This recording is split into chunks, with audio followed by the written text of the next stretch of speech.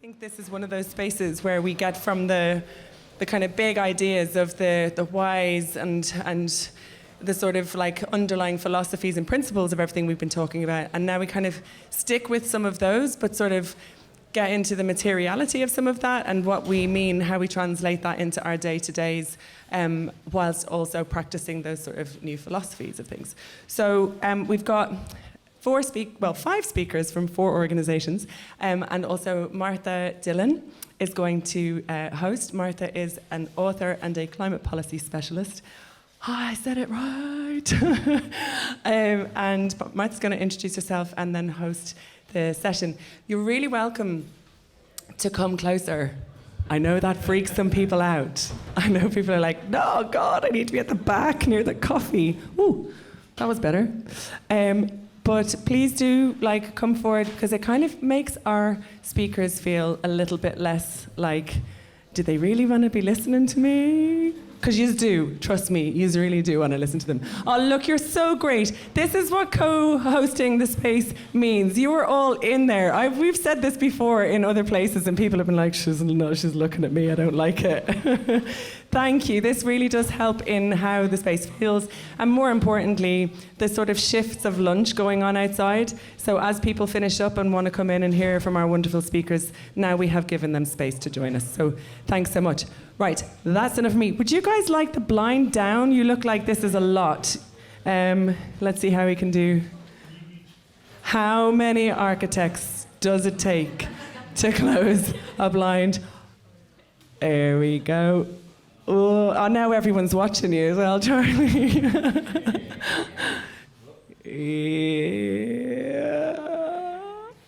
Okay, who wants another rendition? Who wants another rendition of It's a Long Way to Tipperary? I'm not going to do it. Okay, we will sort that, but we're just going to get stuck into it. We will work on that. You can work on this. Okay, without further ado, I'm going to pass you over to Martha. Thank you, Martha. Thank you. Hello, is that working? Yeah, you can all hear me. I'm Martha. I'm a writer and I work in city climate policy. And I'm particularly interested in tech and money and how these big systems underpin climate action in the built environment. And I'm going to warm up, I think, and then really just pass on to the speakers, and then I think we'll have a break and then do some Q&A. And yeah, so I want to do... A lot of people are architects, so I thought I'd talk about 2 buildings. And buildings are never good or bad, but I'm going to talk about some bad bits of one building and better bits of another building. I think what I really want to do is, the theme this afternoon is materials and skills. And this morning there was a fantastic panel on land. And I think I want to talk about how the materials and skills parts of these 2 buildings are really tied to the land part. And hopefully that sets a good stage for our presentations and discussion, and sort of the theme of Retrofit Reimagined as being actually all these things are kind of the same. So the first building is this building here, which if you look very closely, it looks like a bamboo forest, which is what the developers say, and it's called 8 Shenton Way, and it's a proposal for a new skyscraper in Singapore, and it's going to be 305 metres, which makes it a super tall building rather than just a tall building, and it's being built after the previous tower under it has been demolished, which was 235 metres, so not a huge amount extra floors. And the thing about skyscrapers, which presumably lots of you know, given your built environment backgrounds, but I will talk about it anyway, is that they're not just really bad for the environment, they are so bad for the environment.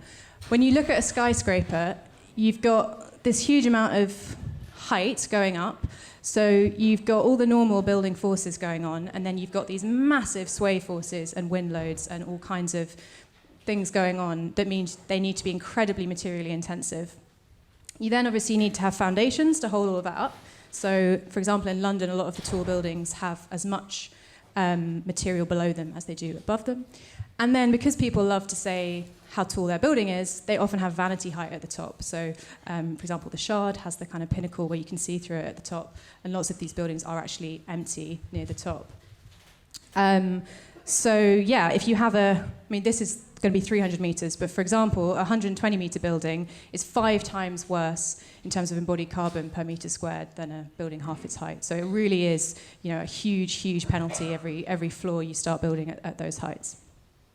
And then the skills component of this building is that, I don't know where you all work, but if you work at a kind of big corporate engineering or architecture firm, you probably spend quite a lot of your time trying to work out how to make fancy buildings work. So for example, how do you use magnetism to get your lifts up? How do you get lots of clever damping structures going in? And a huge amount of time and labor and effort and resources are spent trying to make these luxury buildings even more luxury when, as we all know, there are so many other things we need to get done first and we could be using our skills on. So there's a clear materials and skills cost to a building like 8 Shenton Way. But the other part of 8 Shenton Way is the economics of it, the land of it. You can only build a tall building, or you're only encouraged to build a tall building if the land is really expensive. Because it's a bit like having a field. If the land's really expensive, you need to grow so many crops on that field to be able to make your money back.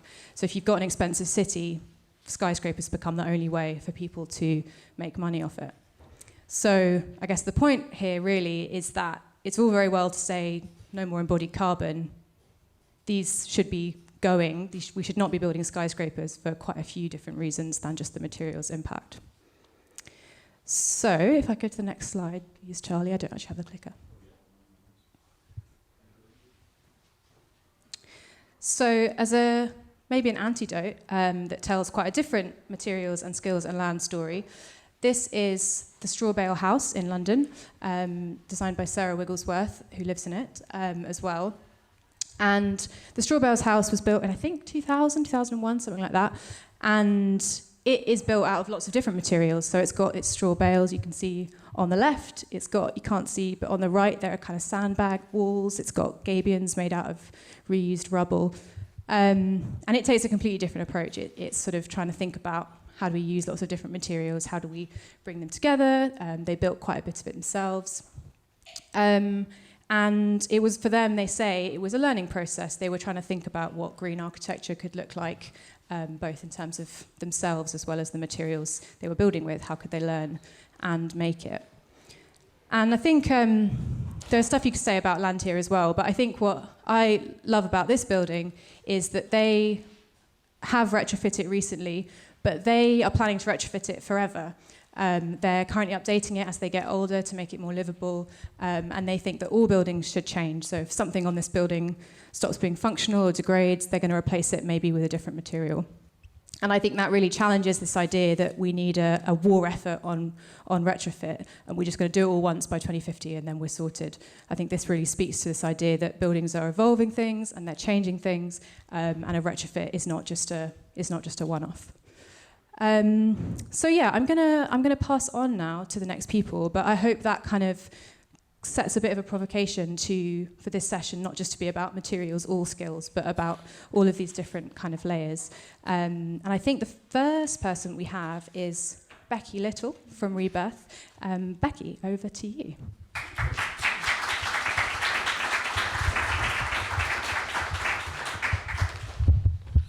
Hello.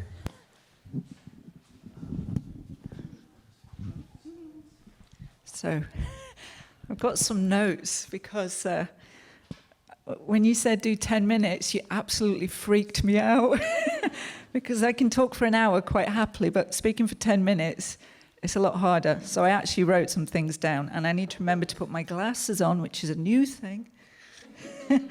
I like that. So hello, everybody. So yeah, I'm a builder, really. That's my background. I've got to say 30 years in 10 minutes. So that's the challenge. Hopefully you can see that. So although I said I'm a builder, I'm actually an artist more at the moment, and I'm studying on the side a bit of archaeology, and I'm a teacher as well. And in fact, I'd be a lot happier if I had some soil, some earth in my hands. That's my comfort place. So I began my career in construction in the early 90s.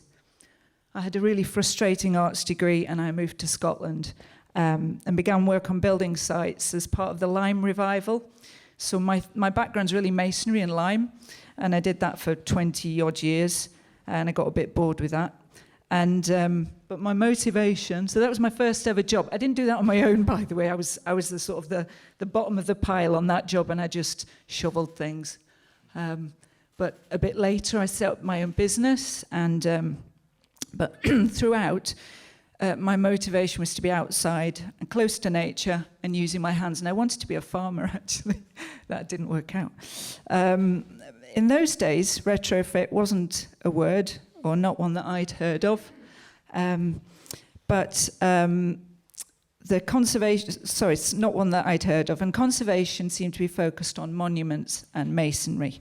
Although my interest was firmly in this end of things, which is a little clay hearth on the Black House, in the Black House Museum in Lewis. So I'm much more interested in domestic things and things that are just more homely and malleable and soft and forgotten, basically. Quite by chance, I became a guinea pig for a Historic Environment Scotland internship, which was, they were trying to revive the idea of a mortar mason. So that's a trade that's kind of gone now, but it was all about making sticky stuff with lime, with soil, with clay. I also got involved in using plants and fibre and a little bit of thatch. But most historic buildings had suffered a lot of damage from cement. So all our work was really putting back more appropriate and compatible materials like lime mortars, earth renders, and making repairs using the same material that these buildings are made with.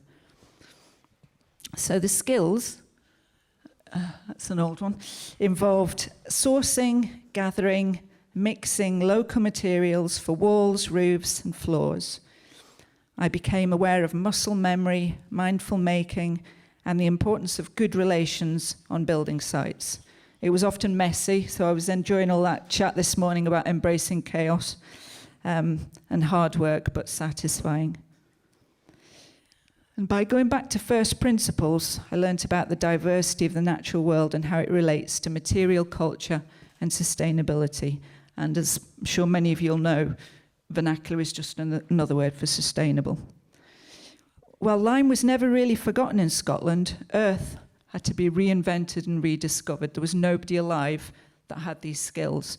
I had to go to Devon predominantly and work with a guy called Kevin McCabe. And those of you that watch Grand Designs, he's the guy that did the big Cobb Castle in the middle of January. And it was one of those that went, 3 years overdue, and the budget was, and his marriage and all that. But anyways, so it's best to stay small, I think, is the message there. But I had this fabulous project where I had to experiment with all these traditional techniques. I would look at historic documents, I would dig the soils and the areas where the earth buildings were, and then I would test walls in 3 sites in Scotland, and I watched that for about 8 years and how it weathered. It all worked, is the sort of summary of that project. So the thing about not knowing who to speak to in Scotland, so you travel to Devon, but another important one, because turf building was really important in Scotland, and again, that's even more forgotten than other kinds of earth buildings. So I've been to Iceland, and lots of us have this cultural exchange with Icelandic turf builders, so we can learn from them, and they can learn from us. And so there's this beautiful diversity of earth building types in Scotland. We have tens of thousands of earth mortared buildings where the stone is bedded in clays and different kinds of soil. Usually it's hidden, so you don't know it's there. We've got turf walls, as I've said. We've got mud walls.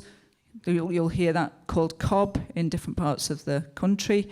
In fact, these techniques has vast variety, which is as varied as the the soils themselves and the climates and the geographies that they come from.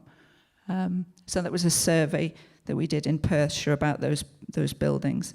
And I want you to think about things on a continuum. I think this applies to everything. if you're putting things in boxes, it's not going to work, is it? It's always, you can try and control things and put things in boxes, but usually the answers are somewhere in between, in the blurred bit, in between the different segments that you make. And it's the same for earth building. So all these things are possible, and lots of those things exist in one form or another, in history and in now. And I love to play in the places in between. And I think the old buildings, here we go. So this is a structure I made with, so I do a lot of teaching in universities and with builders and all sorts. And we made a physical structure that matched the idea of the continuum of materials and techniques. And had a lot of fun. So that was just 3 or 4 days of building to make that. So the old buildings are a seed bank of knowledge that can guide and inspire better repairs, maintenance, and new build. Here's, again, there's a black house on Lewis, and in section, clay gutters, big earth walls with stone faces, and this all goes back to Neolithic buildings, and that's the stuff I'm working on just now. And the incredible fragments of stuff you'll see in Neolithic buildings, which are sort of 5,000 years old. I mean, these people were doing really sophisticated things with their natural materials, and we can learn from them. And then we can take those ideas, just to give one example of taking something from that Neolithic building and now using it, not on a modern building, but on a medieval tower, and using clay and turf as a capping for a stone vault. So just to show that's possible. But of course, I mean, my house is built with all these things too, and lots of other houses. So a big part of this story is about destigmatizing materials associated with the past. Earth was, and still is, seen as a low-class, low-quality building material, overlooked and outdated. It was largely destroyed or covered by later, modern, and improved, in inverted commas, materials, or hidden away inside high-status buildings, because we all think that Scottish building is about masonry, but a lot of it in the past was about earth and turf. And even inside iconic masonry buildings like Llewellyn Castle, we have clay and straw daubs inside. Just taking sticky clay soil and mixing it with straw. This has a lot to do with the skew of colonial and patriarchal history, the power of vested interests, and institutionalized ideas about progress. We are decolonizing our art collections, but it feels like we have a long way to go in decolonizing our hierarchical and unhealthy construction industry. And I don't know how many of you are, I mean, there's plenty of architects here, I'm sure, but we've got a very high suicide rate in construction, especially in young men. There's an urgent need to question the value of the impacts of conventional technologies, and to challenge the disastrous idea of nature as a commodity. So here we have earth. It can be healthy in construction. I'm sure a lot of you are aware about the carbon impacts of normal concrete, cement, other materials. But the great thing about earth is it's also healthy in use. It's safe and accessible, and children can do it, and everybody can do it. This is in my local park, Letham. And we made it with the nursery kids were part of that. In fact, it was a base for the outdoor nursery, but the whole school made it. And one thing I know is if you get the kids involved, you get the parents on your side as well. And here's another quick, I'm sorry, it's so quick to show you this kind of stuff, but sure some of you know that if you have earth or clay in particular inside your building, you have good air quality because the humidity is balanced. It can take toxins out of the air. It can take the smell of teenage boys out of the air. Is this going onto the internet afterwards? They're going to kill me. You have to edit that bit. You can do it yourself. You can fix it yourself. That's a big one, actually, as I always leave, when I work in buildings, I always leave a little bit behind and show people how to fix it. So you don't have to get a specialist in to maintain, which is a big part of it. Radiation blocks radiation too. So you can find all of this stuff. I can give links to this. And there's a video there. I'm not sure. Oh, there we go. Let's see if I've lost my notes now. So yes, perhaps even more important than the technological solutions, which are relatively easy to implement, are the social and human benefits that can arise when you build with earth.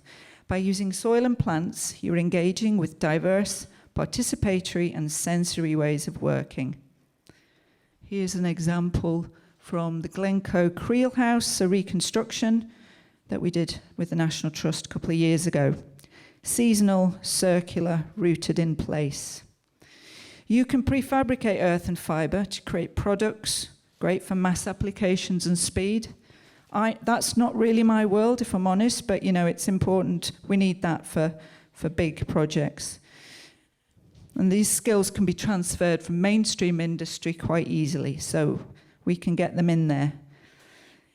But this is more my world, where I dig the earth from the ground. I sometimes use diggers because 2 hours with a digger will dig 32 tons, and I can't dig that on my own in the same time. Mixed with water and mixed with agricultural waste in the form of straw or other kinds of plants. And here's a picture of my house. So just one or two examples of the different forms you can make. Structure, infill, you can make it dense, you can make it light, you can make it strong. You can do many things with it. Here's the insulation, light clay hemp. So we take clay slip, we mix it with hemp shiv. Lots of you will know hempcrete. This is hemp clay. Much less carbon than, lime's okay, but lime's not brilliant. And just a quick one, those of you that are interested in hempcrete, nearly all hempcrete has some cement in it, so beware of it. It's better, it's better, but it's not brilliant. And heating can be put inside these layers. So there I'm making a radiator with heating pipes inside a clay straw section, and sometimes we put heating pipes in the walls, in the plaster. Yeah, my dog lives in earth. Earth and fibre can be, where have I got to? Sorry, down there, that's it. So within the industry, it's one of the, I've gone ahead of myself now. Sorry. This is what happens when you've got paper. We can talk about the rights of soil and other living entities and be inspired by nature. Earth and fibre architecture, I don't know if you can see that, but it's a big flat wall, and I put that in for architects, not all architects, but a lot of you guys like things that are straight and flat. It's got a nice bit of texture. So it can be aspirational and chic or homely and homemade. We can make plants as vertical thatch, and you can get very decorative with it. These are all bits of clay plaster.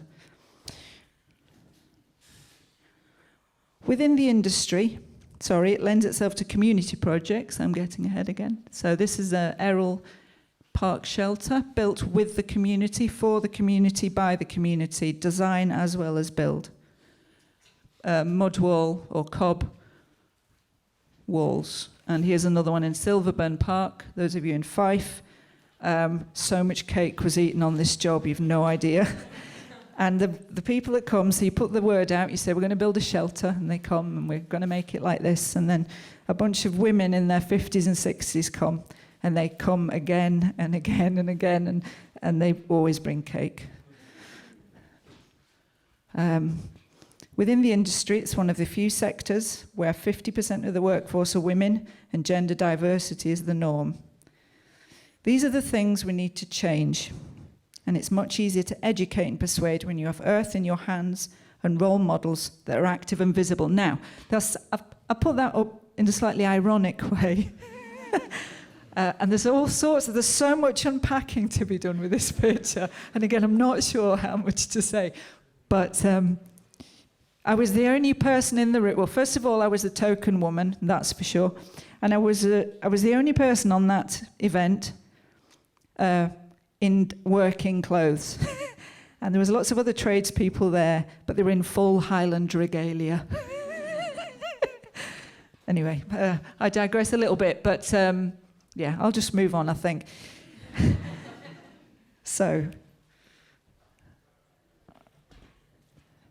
What about training for change? We can teach and assess, actually. There's a whole other debate.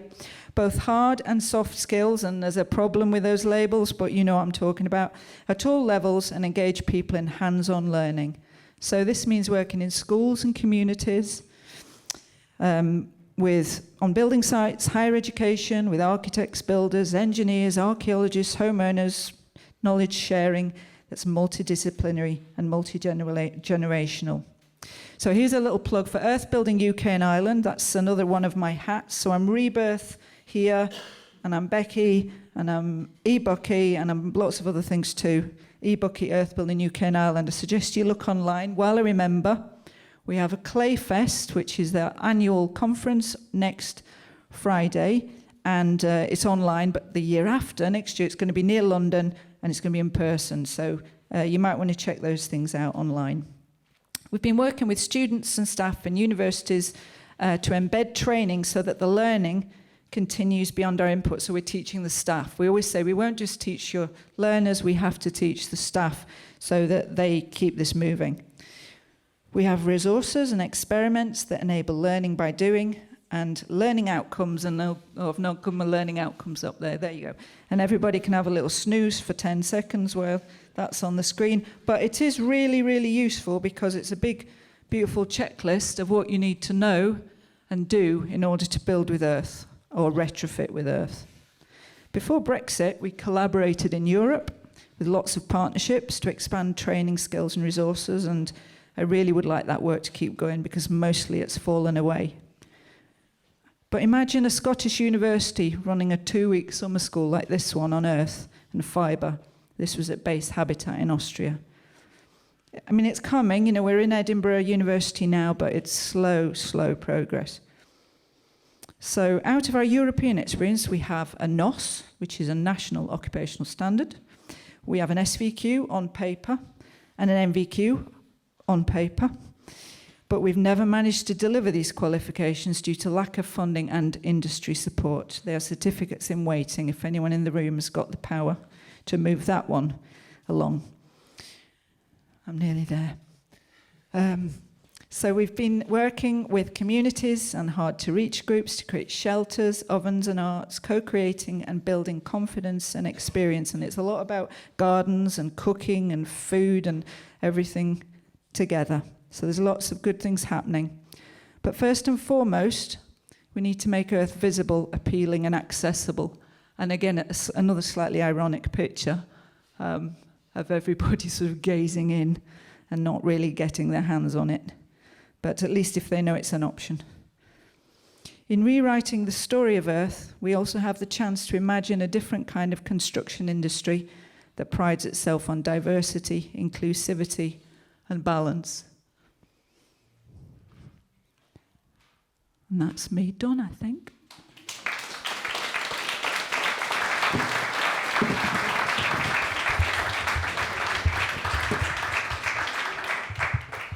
Thank you so much, Becky. That was amazing, and I'm glad we're finally talking about teenage boys.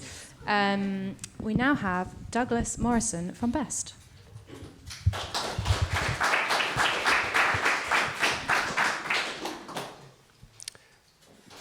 Thank you, and thank you, Becky. That was absolutely fascinating. Really enjoyed that. My name's Douglas Morrison. I'm a stonemason to trade. It's really unusual to meet another mason, so Becky, I'd be keen to follow up with you on masonry chat after this, if you don't mind. Deputy Chief Exec at Best, and today I'm going to talk to you about the skills system. I'm going to talk to you about the reasons I believe the skills system in Scotland is broken, but I'm going to share a sense of hope that I have that people in this room and people who are really engaged in retrofit have the potential and have the power to change that. I'm going to start us off with a very short video.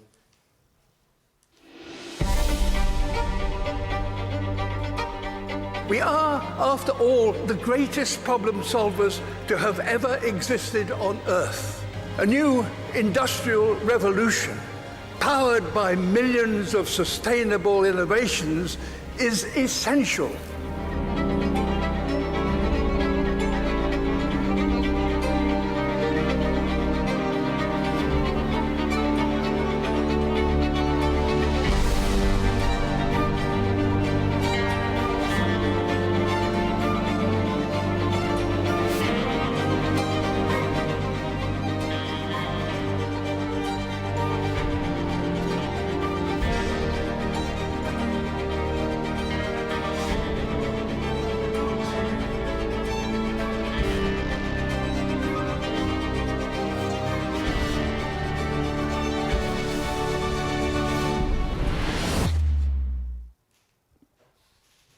Okay, so all of you, self-selecting audience today, you appreciate more than most that the built environment impacts on every single one of our lives, every single day.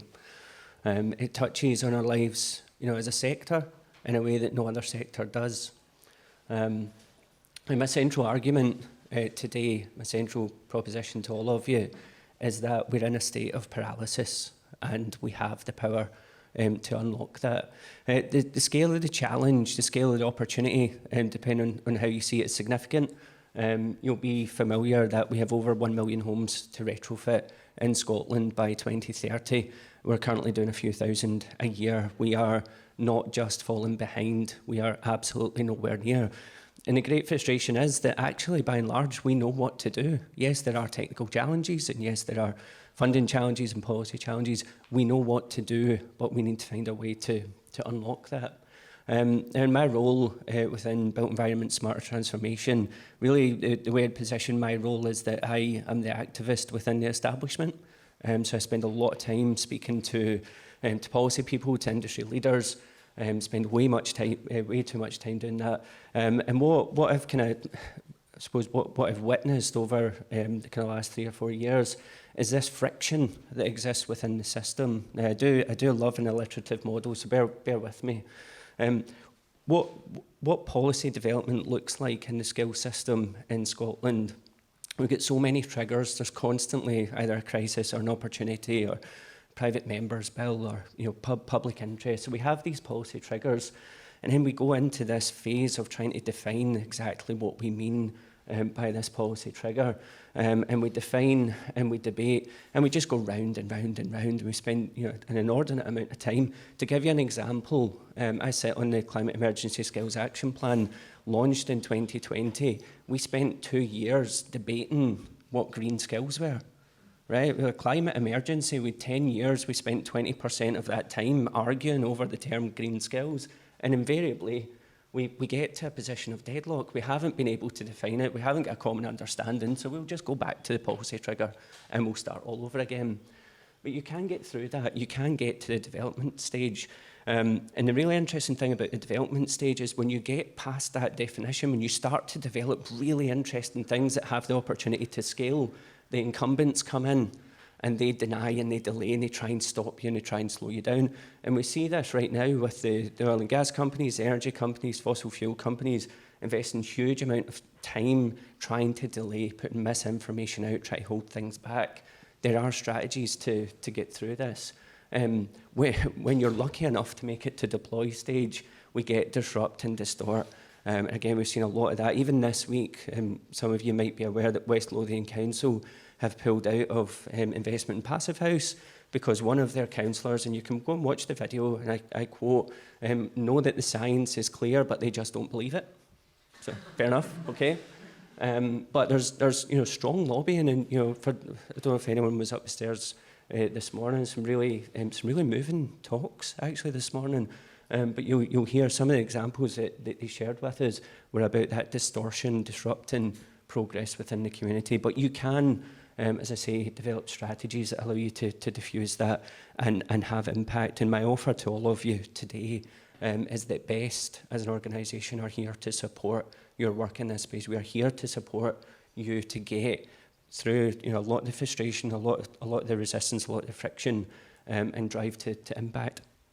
But what this looks like in practice is an ecosystem which is in a state of paralysis. And given I'm focused on skills today, I'm going to skip the policy bit. But really the paralysis, we have our colleges and universities who aren't investing in upskilling their staff, and they're not doing that because ultimately the industry demand, the client demand isn't there. And what that means is that specialist training providers are entering into the market. They're providing, in some cases, really high quality provision. And the system, the publicly funded skills system, becomes increasingly irrelevant. It fragments, and we get this disconnect. And what that looks like in practice is that clients, now talk about government as a client, government put anywhere between 40 and 50% of investment into our industry every year. They're a big client. Yes, they have legislative responsibilities, but when they don't procure net zero solutions, the supply chain doesn't develop the capability because the opportunity isn't there. And the colleges don't then provide net zero upskilling, retrofit upskilling, and individuals don't pursue jobs, or don't pursue training because the jobs aren't there. We need a stimulus, right? We need something to break this cycle. And it's not that there's a lack of investment. Actually, there's a huge amount of investment into construction and built environment-related skills in Scotland. We use more apprenticeships than any other sector by some margin. We have 19,000 people in our colleges and universities learning, training in a built environment every single year. But there is a gap, and there are systemic inequalities. So it's not all rosy. And actually, if you look at how our tertiary system, our colleges and universities are performing, they're not doing it particularly well. 1 in 3 modern apprentices on a construction apprenticeship in Scotland fail, don't complete. So for the 30,000-ish people that we need to come into retrofit over the next 5 years, 10,000 of them aren't going to complete. 10,000 of them are going to fall out the industry. And we have difficulties, and Becky alluded to it, getting women into the industry, getting marginalised, underrepresented groups is really hard. It's exacerbated by recognising that careers in construction are the second lowest in terms of sector attractiveness. So it's only tourism that beats us out. And a big part of that has been the kind of post-COVID response, so people don't want to go into tourism. But onto the hope and the optimism, we actually know what young people want. We know what they want out of a career, and they want good pay, and they want satisfaction, and they want to help each other, help others, and they want to have a purpose. What we're discussing in here today gives all of that and an awful lot more. And I think something we can do as a community, or something we can do better as a community, is to engage young people and talk to them about the opportunities that are here. Now, at a national level, we position competence as a utility. If we want to achieve our ambitions around retrofit, we need a skilled, trained, competent workforce. So you won't hear me talk about a skills system, right? Skills actually are quite narrow. Competence, which ultimately is skills, knowledge, behaviours and experiences, put all of that together, you get something so much more powerful. But when we think about the competency profile of the workforce that we need, we can think about it as a bell curve, right? So what do we need from the public investment in this skills system? Colleges and universities will always do that mainstream bit. They're in the middle, they're doing the volume upskilling. On one end, you have traditional craft skills, right? So there, Becky, you've raised the point there. Trying to get investment in heritage craft skills is really, really tough. We can't afford to lose the capability that sits in there. From my own perspective, stonemasonry, there were only 2 colleges in Scotland that provided stonemasonry training. One of them pulled out, so we now only have 1. It's been kept alive basically by Historic Environment Scotland. But at the other end of the spectrum, we have the new innovative models that are coming through.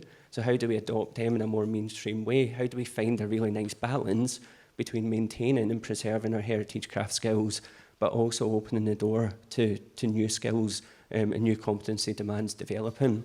And we see that as industry practice evolves, we see that competency profile itself start to move. And this is the demand profile, but what we also see is that the supply profile, by and large, stays the same, right? So what we need to do is we need to find a system whereby we're able to articulate demand, so we know what's coming, we know the opportunity, we understand the skills mismatches that are emerging, and we understand how we can support colleges, universities, other training providers to provide that supply. And actually what that looks like is an ever-growing competency mismatch. So when we talk about the challenges in finding skilled labour, when we talk about finding it really difficult to develop supply chains to address retrofit opportunities, it's because we're not addressing the competency mismatches in here. But what we are doing is focusing on trying to address gaps that actually in real terms are creating that system paralysis rather than developing new competencies and new opportunities within our workforce. So what I'm proposing ultimately is that there's a pretty simple equation. to address some of these issues, to address the issue of supply and demand and the competence of our workforce not quite matching up. And that simple equation is that if we can aggregate demand, right, and that's not just demand now, but it's demand over the course of the next 3 years and 5 years and 10 years, and we can quantify the supply, so we understand what is it people are learning, what are they training in, where are they, how do we engage with them, and then looking at how we can optimise the supply, not through year-long college programmes or 4-year-long degree programmes, not necessarily even through formal learning programmes, but through those informal learning activities like today. Right? Now, I have taken just such an immense amount away from the discussions that I've heard today. Right? I don't have a certificate, I don't have an accreditation, but I have learned, genuinely I've learned more today than I have in the last month. Right? And understanding the aggregated demand and how many people we need, but also understanding how do we optimise the way in which we share knowledge and we pass on skills and we create experiences and we change behaviours, because that's the difference between competence and skills. And there are organisations who are doing the formal part, and some of them are doing it very well. I just don't have enough time today to shout out them all. So this is by no stretch exhaustive. But I think just to make the point that we are seeing this growing movement for retrofit-focused formal training emerge. There are more organisations every year stepping into this space. Some of them are bringing some really high quality provision into the space. And for me, it's just really interesting to see that solution is coming from the market rather than from our mainstream colleges and universities. So, I suppose in many respects, my dream for, my wish for the skills sector in Scotland is that we can break this paralysis, and we break it together, and we break it through creating policies which provide the certainty that we need around where investment and legislation and collaboration is coming from and where it's going. And we create the certainty and the stimulants through investing in a trained and competent workforce, not a workforce that served what has come before, but a workforce that's ready to respond to what's ahead of us. And what that ultimately gives us is the opportunity to realise a just transition for the citizens of Scotland and beyond.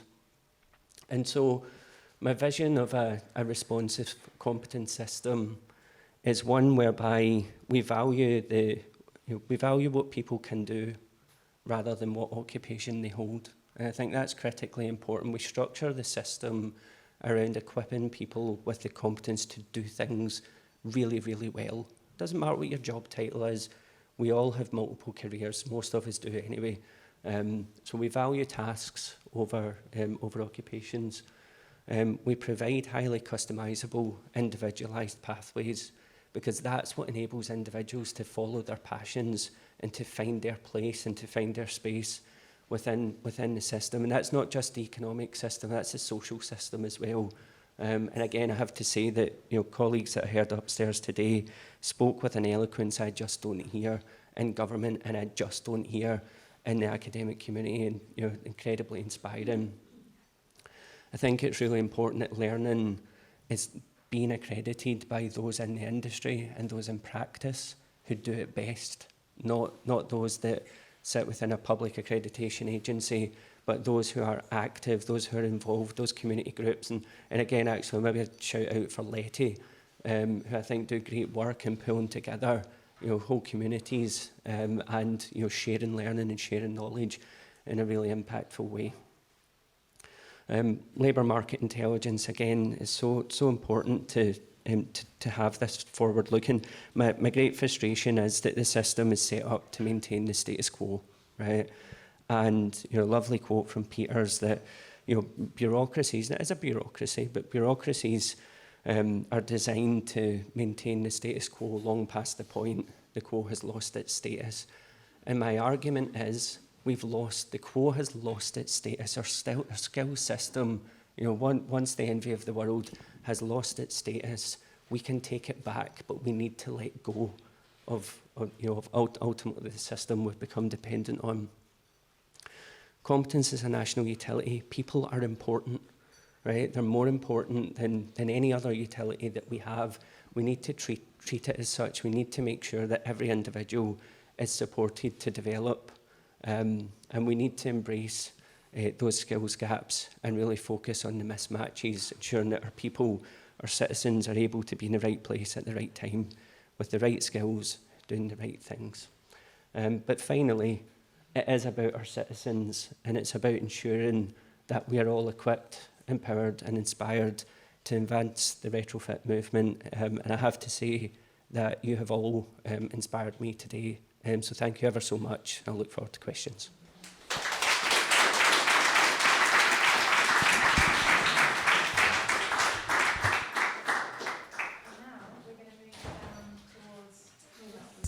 It's not working. Oh, there we go. We're now moving down towards Bristol, and we've got Clare and Pete from WeCanMake.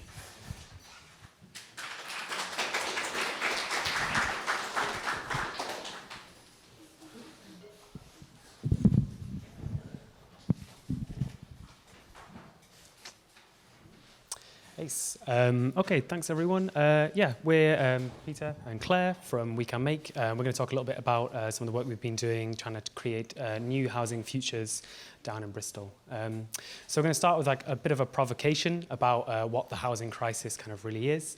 And I think we would argue that the housing crisis isn't necessarily something that's kind of happening to us. It's actually a system that is working perfectly as intended. It's just a very extractive industry that's actually just trying to make a large amount of profit for a very small amount of people. So actually there's a much larger rethinking of the housing crisis as a rethinking of the whole way we build. So we're asking a very Retrofit Reimagined question of what if the power and resources to make good homes were put in the hands of our communities? So we're a neighbourhood test base based in South Bristol and a community land trust, and we've been trying to imagine new ways that we can build affordable housing at the point of need for people experiencing severe housing need, and trying to do that in a way that can help build both social infrastructure and community wealth along that process. So the estate we're based in is a council-built estate from the 1930s. It's Knoll West in South Bristol, and this is a wonderful photo of the heyday of the estate, where it was built as homes for heroes, for people returning from the First World War. And it was very much at the time the future for housing. People could move out of a lot of the slums in central cities out into what we'd view as now as greenbelt land, and living in places with much better air quality, much better places to live. But now, nearly 100 years on, our estate doesn't quite have the same reputation as it may have had back then. And actually, a lot of people now, from the outside, view Knoll West as a down at heel, maybe a bit dilapidated place to live. I think this is a really common story for council estates across the country. And really, it's an interesting process of actually trying to work on a much more people and place-based approach to this kind of work. So I think we would say that when you actually start working in estates like this, once you really scratch the surface and start to see the community that's actually there, that's actually incredible wealth of knowledge and experience that happens all the way across the estate. Yeah, and I guess it's worth saying that WeCanMake is relatively young, but we're part of a bigger organisation which has been involved and based in the community for over 20 years. And I think it's the trust that's built over time has really made the way for WeCanMake. And so this is brings us on to one of our key processes, which is really starting with people and working with the community from really small interventions, such as the front garden retrofit kit, which we've got bits outside that we've been working on, which is a real way of bringing people along and engaging them at a really easy, accessible level, and then right through to one-to-one scale prototyping on abandoned or underused sites across our neighbourhood. And so I think we'll now talk about a prototype that we've been working on. Yeah, so the prototype's the main thing that we're focusing on. There's lots of other bits going on in the background, but we thought this was it feeds into a lot of the themes of Retrofit Reimagined. So ultimately, we are looking at, it's retrofitting our neighbourhoods. So Knoll West is, as Peter said, was kind of this dream kind of place to live, and it was built with really large back gardens that are very generous, and ultimately it's a very low density neighborhood now, which doesn't, like, it's not providing what it needs to do. So there's all this kind of spare space left, and so it's looking at how that can be utilized to help the community and to bring more back into Norwest. So it's called urban acupuncture, and it's looking at how these big back gardens can be used to create homes for people in need and, like, at the point of need. So yeah, so far we've built 2 homes locally. So these are the 2 of them, and I don't know if is Bill still here. Shout out. He might be in another room. Maybe upstairs. Yeah. Sorry, can you hear me? Yeah. So yeah, these are 2 we've built so far, and so the one on the bottom belongs to a man called John, and he was on the brink of homelessness. Really, he was living out of his van, and it came that Bill, he's the owner of the host home, so he had this large back garden. He couldn't maintain it. And so it was kind of a match made. And basically, we kind of worked with them to create this home for John to live in. And there's a really kind of a great relationship that's formed between the 2 of them. And then the other one there was 3 generations living in one family. So it was kind of an overcrowded situation. And it was about creating a new home for Tony and her daughter to live in. So yeah, we have 7 key ingredients for the WeCanMake model. We're going to focus on 3 of them today, based on the themes of Retrofit, Reimagined. So we'll focus on land, people, and materials. So yeah, our model is kind of, we generally have worked to this point with council-owned houses who have these big gardens, but it also works with private gardens. But ultimately, WeCanMake is also set up as a community land trust. So the land is transferred, the large back gardens are transferred into WeCanMake's ownership and owned by the community it's on I think it's a 100-year lease. So yeah, and then that is then used to create these microsites.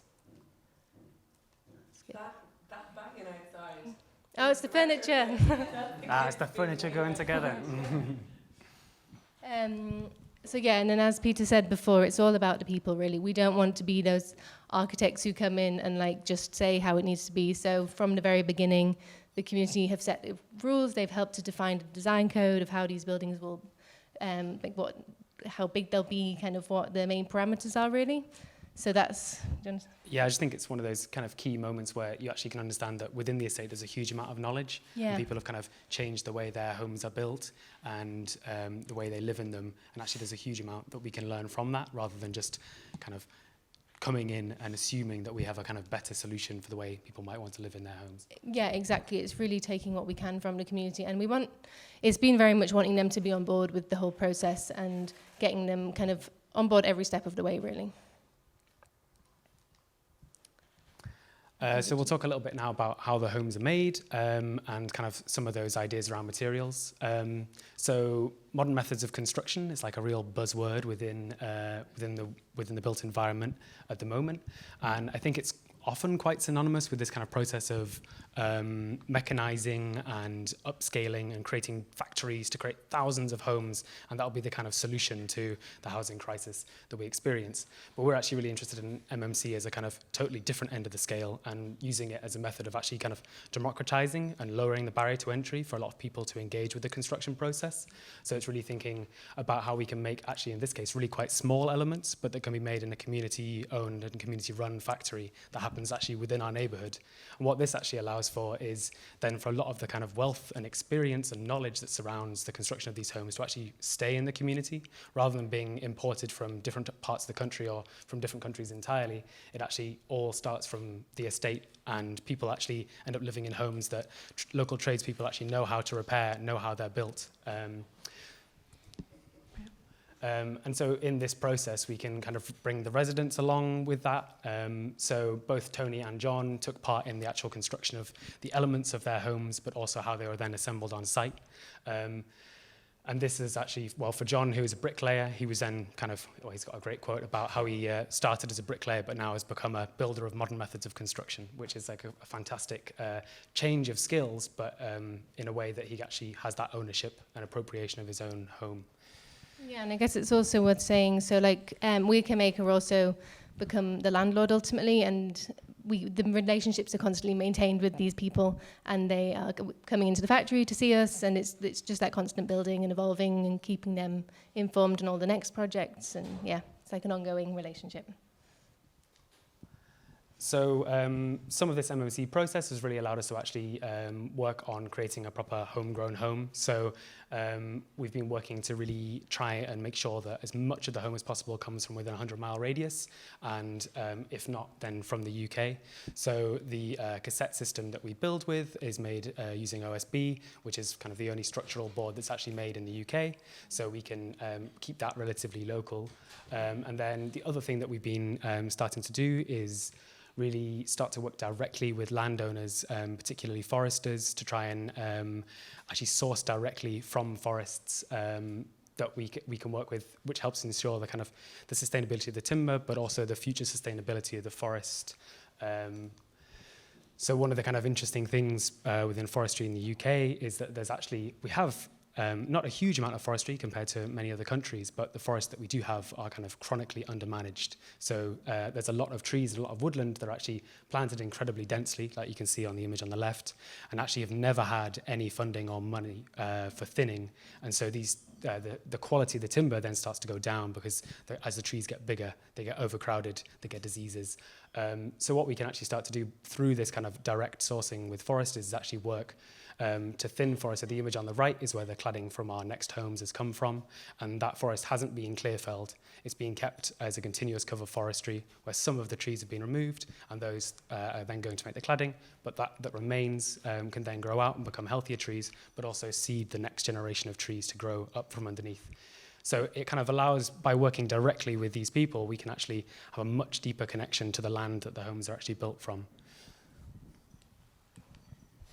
So I guess we'll kind of wrap it up by describing it as a kind of effort to create a thriving neighbourhood by joining together some of these kind of key elements, by connecting the people who live in the homes and the wider neighbourhood to the materials that can be used to build their new homes, and also the land that they're actually going to be living on, and where the resources actually come from. Yeah, and I think it's that kind of bigger element as well in terms of like Tony and Amancio, for instance. I think it's the pride that can come from being part of that build process and having that ownership and like being part, like influencing how the design's going to be. It's like taking them on that journey really and giving them that sense of ownership and wanting to be proud of their community. Super, thanks very much.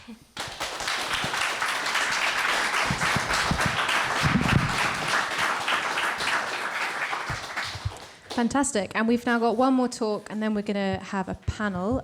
So could we have David from Galgael?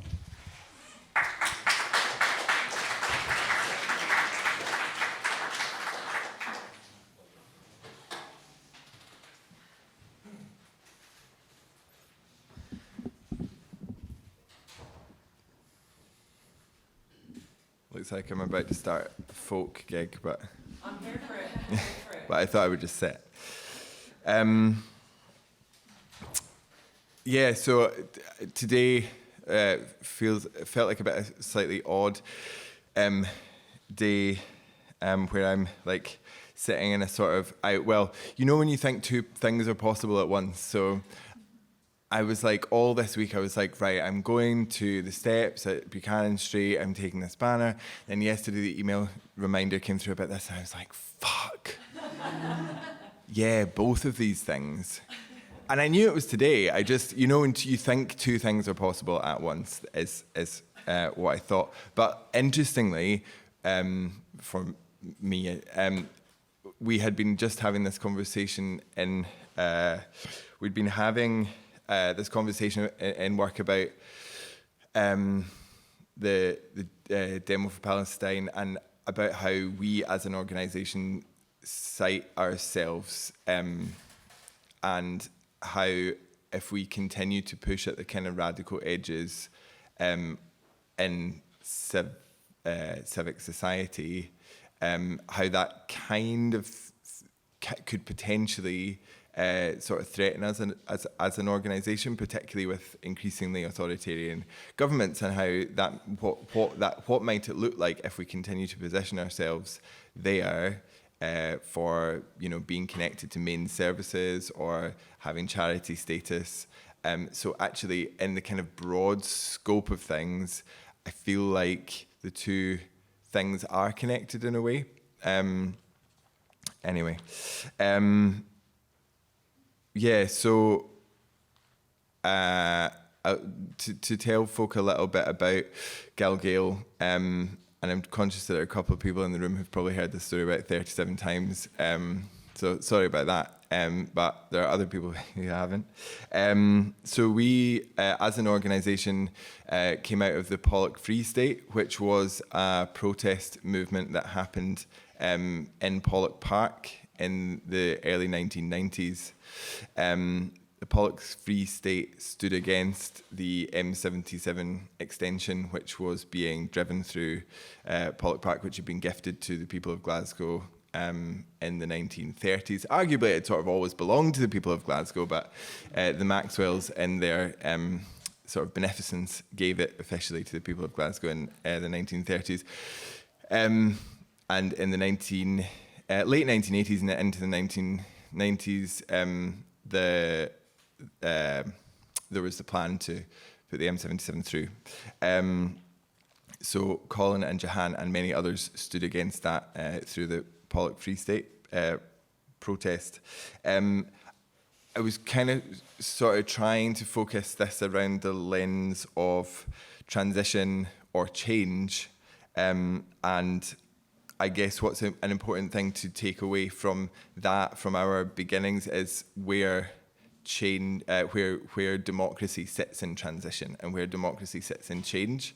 One of the big questions of the Pollock Free State was where, in this decision to put the motorway through the park and not through a golf club, where is democracy? Where have the people of Govan and where have the people of Pollock been asked what they want and what will be useful to them? So I guess the sort of provocation is, whose transition are we talking about, and transition on what terms?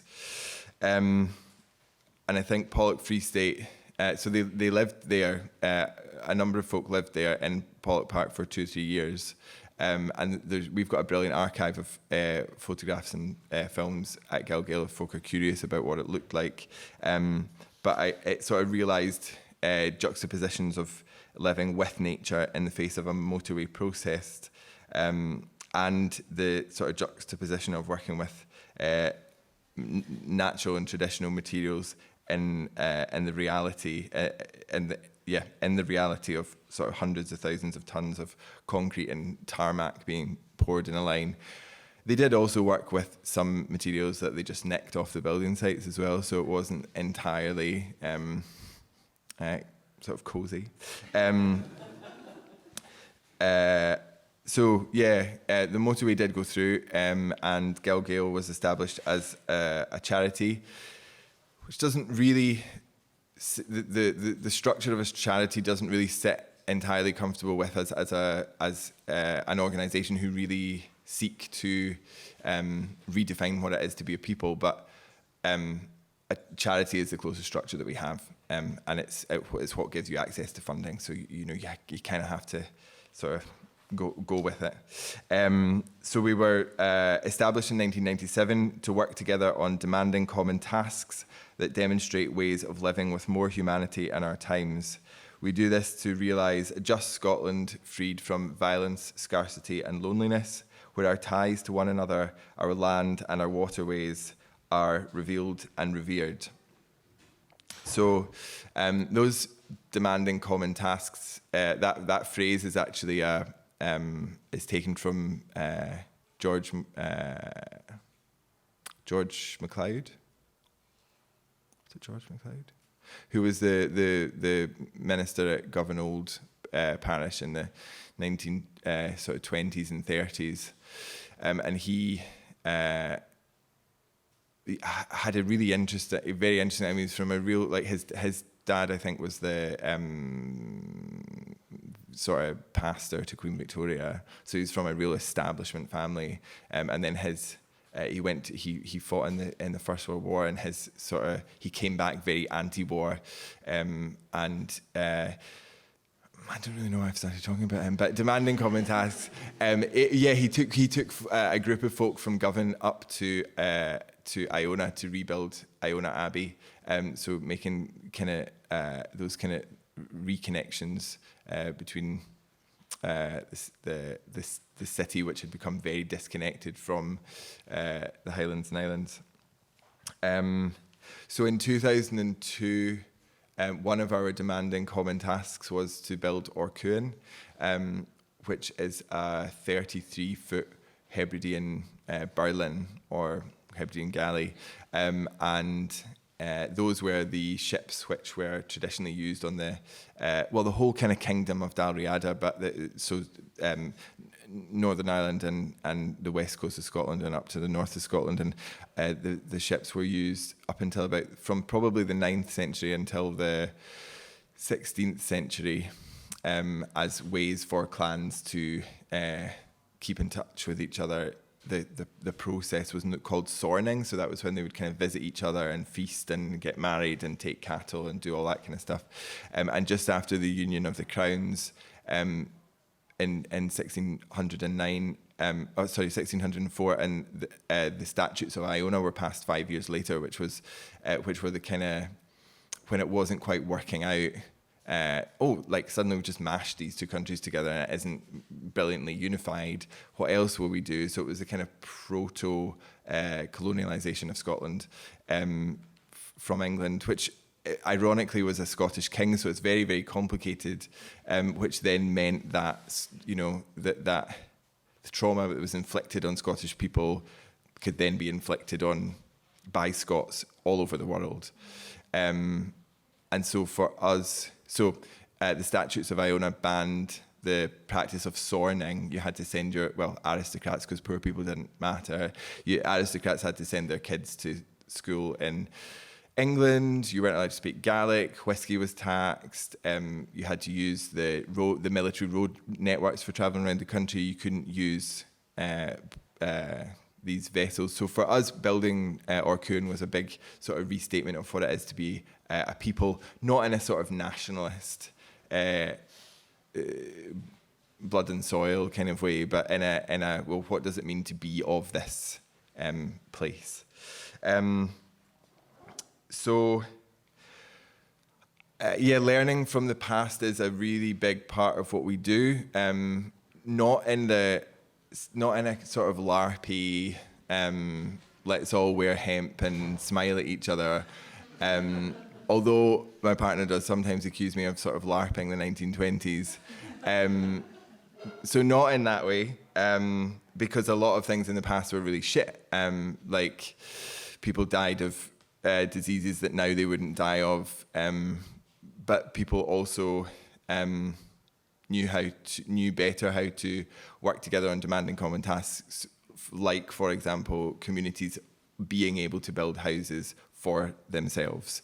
My parents got a house in Tiree on the west coast of Scotland, which was built for a female crofter in the 1920s by her community. So it's just big poured, I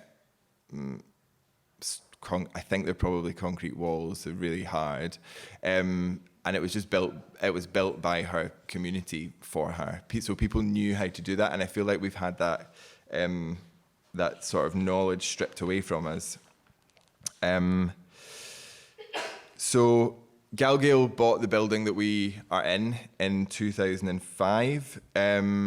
It's a really mad series of buildings. If you haven't been there, the middle part was built in the 1890s, and it's got a sort of iron frame construction, and then on top of that, it's got like a hammer beam roof that was rescued from a church somewhere.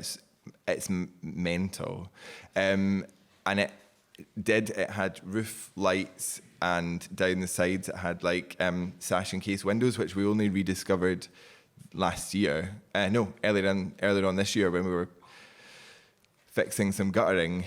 So there's that bit, and then there's two sort of flanks that were added on in the 1930s, and they were built up to the other buildings that were built in the 1890s. So when the disowned, well, is actually owned, but completely abandoned one next to us started falling down and had to be demolished, we discovered that our building actually just didn't have a wall. So when they knocked that building down, it was just air. So, I mean, it is always worth remembering when people talk about the sort of soundness of building practices from many years ago. Sometimes they just didn't put walls in. And walls can be handy. So anyway, it's been tied in with steel, and it's fine. Oh God. Right, so we are at a point in our development where we're needing to make a series of changes to the building because the climate is changing massively and the building is in places 130 years old. The climate's different, and we need different material. We need to work with different materials to make the building sort of fit for the future, which is a horrible phrase. It's really cold. It leaks. It's really expensive to run, and we want to find ways of retrofitting it ourselves that will mean that we are more sort of self-sufficient and robust going into the future. It was really interesting what Becky was saying about sort of destigmatizing traditional materials. I'm also joined by a very talented colleague, Kelly Murray, who's scribbling away. We've got a hemp bale sauna in our garden. Yeah, someone gave us it. So it came on a HIAB, and we've, we, very grand, Kelly specifically, has lime plastered it.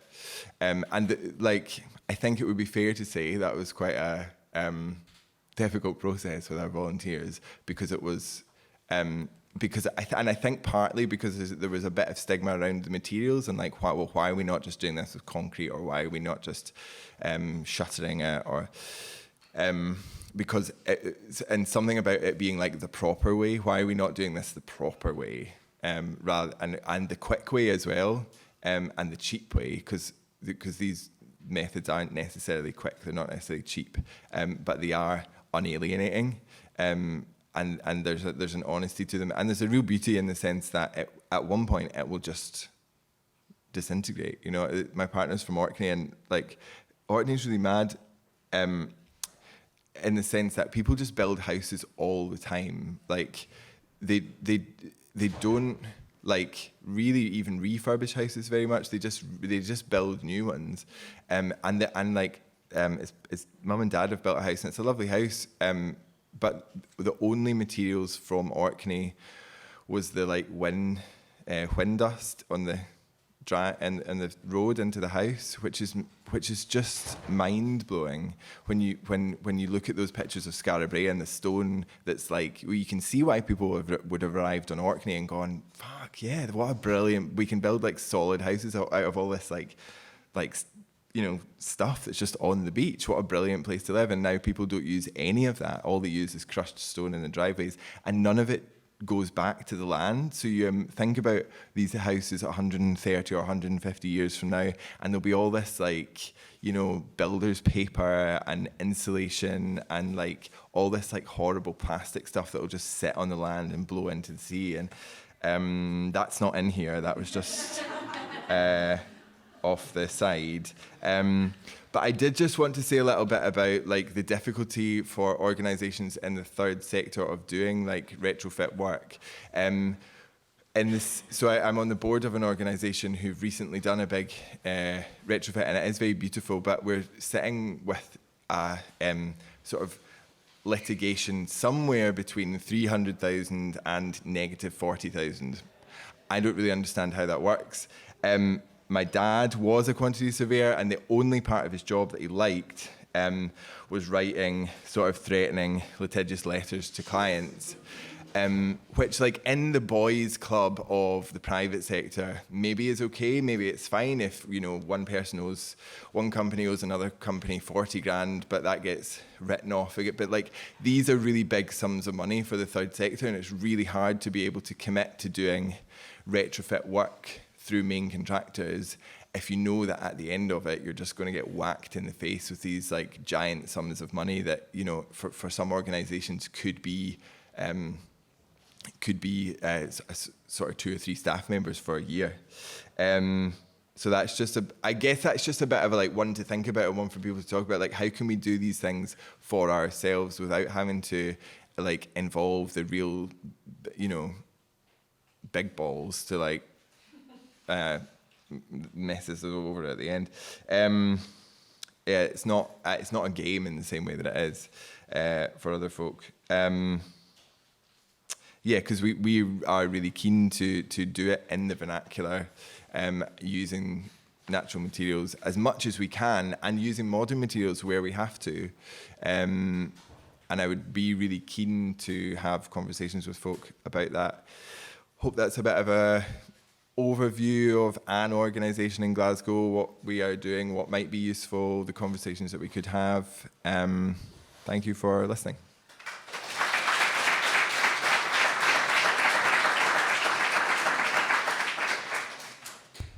Amazing, thank you so much. So I think the plan now, if I've got this right, is we're going to keep going and do a panel for about an hour. So if the speakers could all come up here.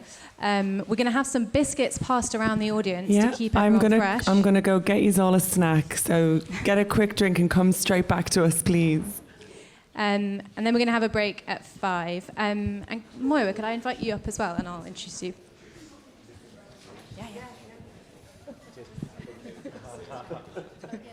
Okay, so first, just before we get going, I'd like to introduce Moira, who is the president of the Rebearth. So do you like 2 minutes just to introduce yourself? Thank you so much, everybody. I didn't do a presentation, so I'm going to have to just do like a 2 minutes intro to myself. My name is Moira Oki. I'm the president of the Royal Institute of British Architects, and I think I'm here because one of my objectives as president is to advocate for a sustainable built environment through retrofit. The other campaign promise and bit that I would like to do while my term in office is to humanize the architecture profession, to make sure that it is more ethical, it takes care of its workers, and there's a better relationship between employer and employee. The final one is about digital skills. I'm one of the youngest president of the Royal Institute, and I'm also a digital animal. And I know that to do some of what we're talking about here, we need to employ and make use of and enhance our digital knowledge so that we can do stuff at scale. So these are my 3 priorities as president, and I've been invited by Martha and Charlie and the organization team here to talk about how I'm going to be doing that and advocating for that on an institutional level with Rebearth. So thank you. Amazing. So I'm going to start with you, if that's okay, because I know you have to leave us a bit early.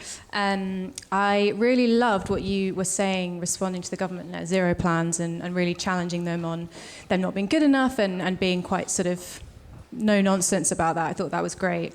And really making the point that we are an international industry. We're an industry that relies on, you know, a global presence. And that, I think, to me, links to what you're also saying about sort of treatment of workers, right, within firms and companies domestically. But we have a huge problem in the UK that we rely a lot on materials from abroad, and often the quality of work in the sites creating those materials is incredibly bad or unregulated or very informal. And yeah, I'm interested, what do you think about that? How do you see your role or any opportunity to kind of campaign on that sort of more oversight of our impact overseas as well? The impact of architecture and the built environment overseas. Yes. So one stat that I've come across in my young career as president is that 80% of the buildings is the fact that what the reason why we need to focus on this issue, retrofit, is 80% of the buildings that we are going to use in the year 2050 have already been built right now, and therefore we can't build our way into net zero or anything like that, and that's why we need to focus on what this 80% of buildings. And then to answer your question right there directly, yes, we need to advocate for how we use materials and where we get materials from. This is why at the Rebearth we're trying to collaborate with other institutes to figure out how we calculate and we quantify our useful materials, embodied carbon.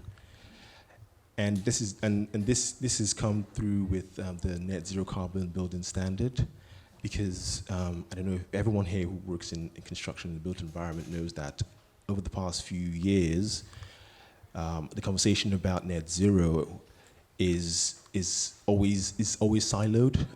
Everyone believes that they are doing good, and with that they're calculating or measuring things in different ways, and with that an understanding of what a net zero building isn't unified. It's not a unified thing. So I think measuring is one thing, and with the net zero carbon building standard is a sort of conduit in making sure that the industry, the built environment sector, measures together so that they can really understand the impact of materials and things like that.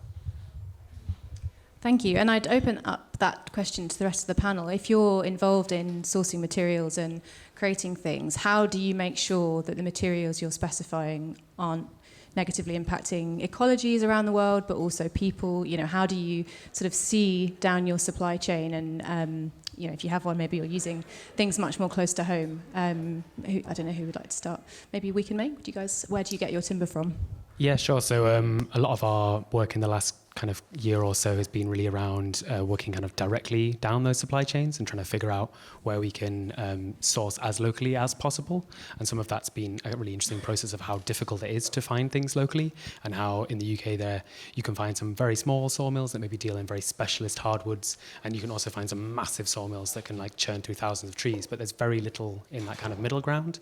So really trying to work with, I suppose, a kind of wide variety of people and with specific foresters in specific forests to actually go right from the very source of like, okay, what can we actually use from your woodland? What can be felled that we can use directly in our projects that then give them capital to invest in, I suppose, both the management of their forests, but also on the kind of sawmilling level, where they can actually kind of upgrade machinery to be able to produce more of that kind of quality of material. And we're obviously really tiny and require a very small amount, but even just those kind of small little nuggets of investment through sourcing can be really impactful. Great, thank you. Dave? Or Douglas? On you go. You go first. No. Okay. And remember to keep your mic close to your mouth. Sure. So I just want to preface my statement with that I agree completely, like 100%. And I think it's incredibly, on a kind of moral level, I feel like it's incredibly important. And from a place of, well, what do those materials feel like and how do they resonate and what do they do? And in a slightly provocative, from a slightly provocative place, how important is it for us to put our energy into thinking about that when you're living in a reality where your government's licensing 26 oil fields in the North Sea? So, you know, it feels dissonant to worry about these things rather than, okay, well, how can we build as many homes quickly and cheaply? Do you know what I mean? And I'm absolutely not advocating for, I agree with exactly what you said, but I'm just kind of putting that in as another bit in it. Like how it's hard, it feels hard to embrace in the reality that we're experiencing.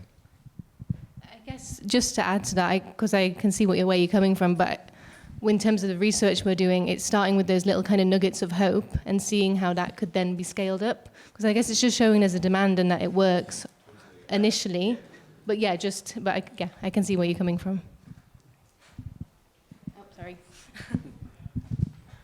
Thank you. Yeah, I mean, I think I would emphasise that, you know, I feel we have a moral imperative to ensure that, as far as possible, the materials we're using are locally sourced, homegrown, natural, sustainable. Like that just has to be non-negotiable. And I appreciate it's difficult, and it's, you know, there aren't any quick fixes. At best, we're really motivated by the potential that Scottish homegrown timber has for application, a whole range of different building archetypes. I mean, to put it in context, so Scotland has the majority of the UK's productive forestry, right? So we have an abundant natural resource, we have an incredible resource at our doorstep, and yet 80% of what we produce is exported for low-grade applications. So it's pallets and fence posts. And the majority of our, certainly domestic properties, are timber framed. And we actually import 80% of the timber that we require. So, you know, basic math there's an opportunity.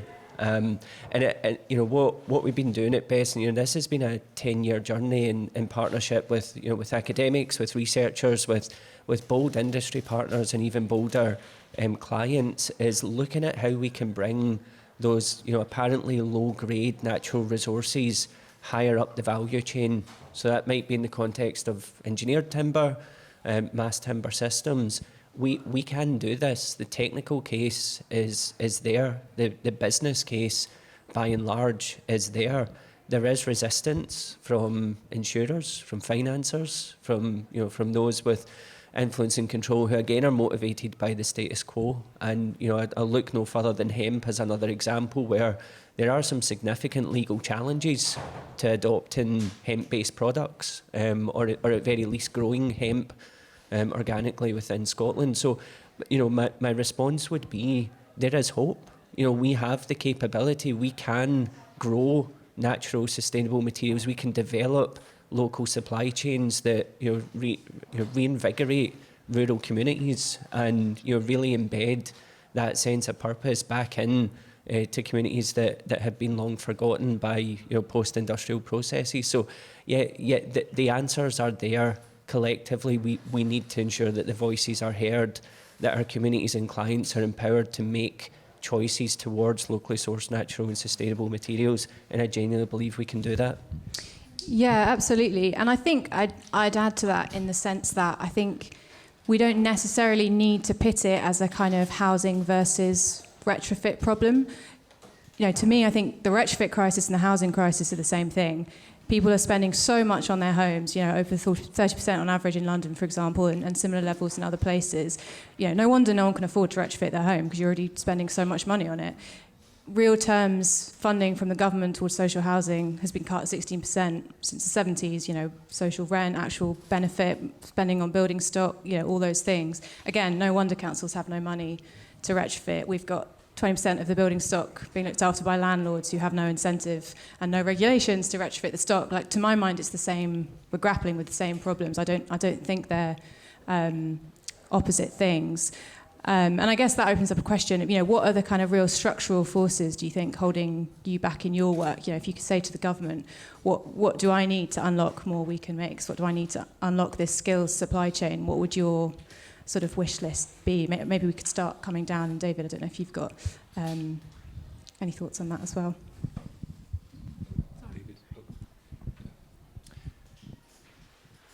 I just want to say, I think that's that response of it being about hope and demonstrating hope, I think is like a really good place to bring it from. I think like that, yeah, that feels really good. Yeah, I don't really have any confidence in the government being able to make structural changes. So I'm probably not the best one to ask. Yeah, fair enough. I suppose from our point of view, we've worked, or throughout kind of WeCanMake's history, worked really closely with Bristol City Council, and they've been like, I suppose, really good at enabling a lot of the work we've done, but that kind of maybe hasn't been the case in a lot of other areas that we've been working with in trying to kind of replicate some of these methods.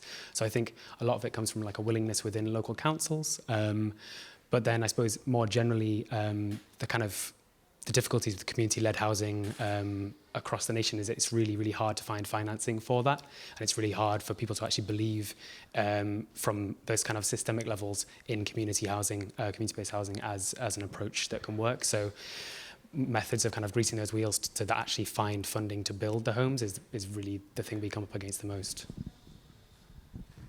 Yeah, I feel like Peter said most of it. But I think for us as well, it's been so important to get kind of some backing at all different levels. Like, it doesn't just work having kind of the councillors on board, you need the planning officers, and it's just kind of infiltrating all those different levels to actually get it across the line.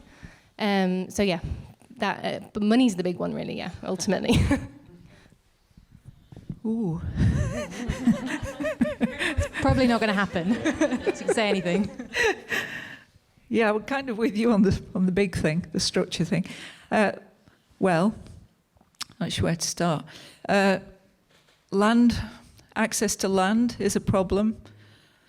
So I know you're looking for the solution. I'm not sure I can give you the answer to that, but even just getting thatch, getting heather for thatch, it's impossible because it's all covered in shooting and it's not the right, even if we can get on the land, it's not the right length because the deer have eaten it. So it's all wrapped up in land ownership problems. And then there's the whole skills thing. I guess there's a thing about getting in school would be great. Like, I had this idea that I would do the entire curriculum for primary schools with earth. So I wrote it. And you can do it. It's no bother. I can do every subject with it. I can do storytelling. We can do theatre with it. We can do science. Seriously, if anyone wants to have me in there. And why not in universities as well, and colleges, and not, all levels, all places. And the other, I don't know, I'm probably not answering your question now, it doesn't matter. But the other thing is, like work, Galgael, I'm sure this is in fact, the guys came one day. I remember. It was fabulous. Oh my God. It was one of those days. But working with so many people with all kinds of challenges, and it totally works. It totally works to get their hands on it, and you know this very well. So I guess I just have to keep showing people it works. I can't get in at the top level. I can, it's not my world, but yeah, keep trying. Sorry, that was vague. No, not at all. So yeah, I suppose I have a highly generalistic view here.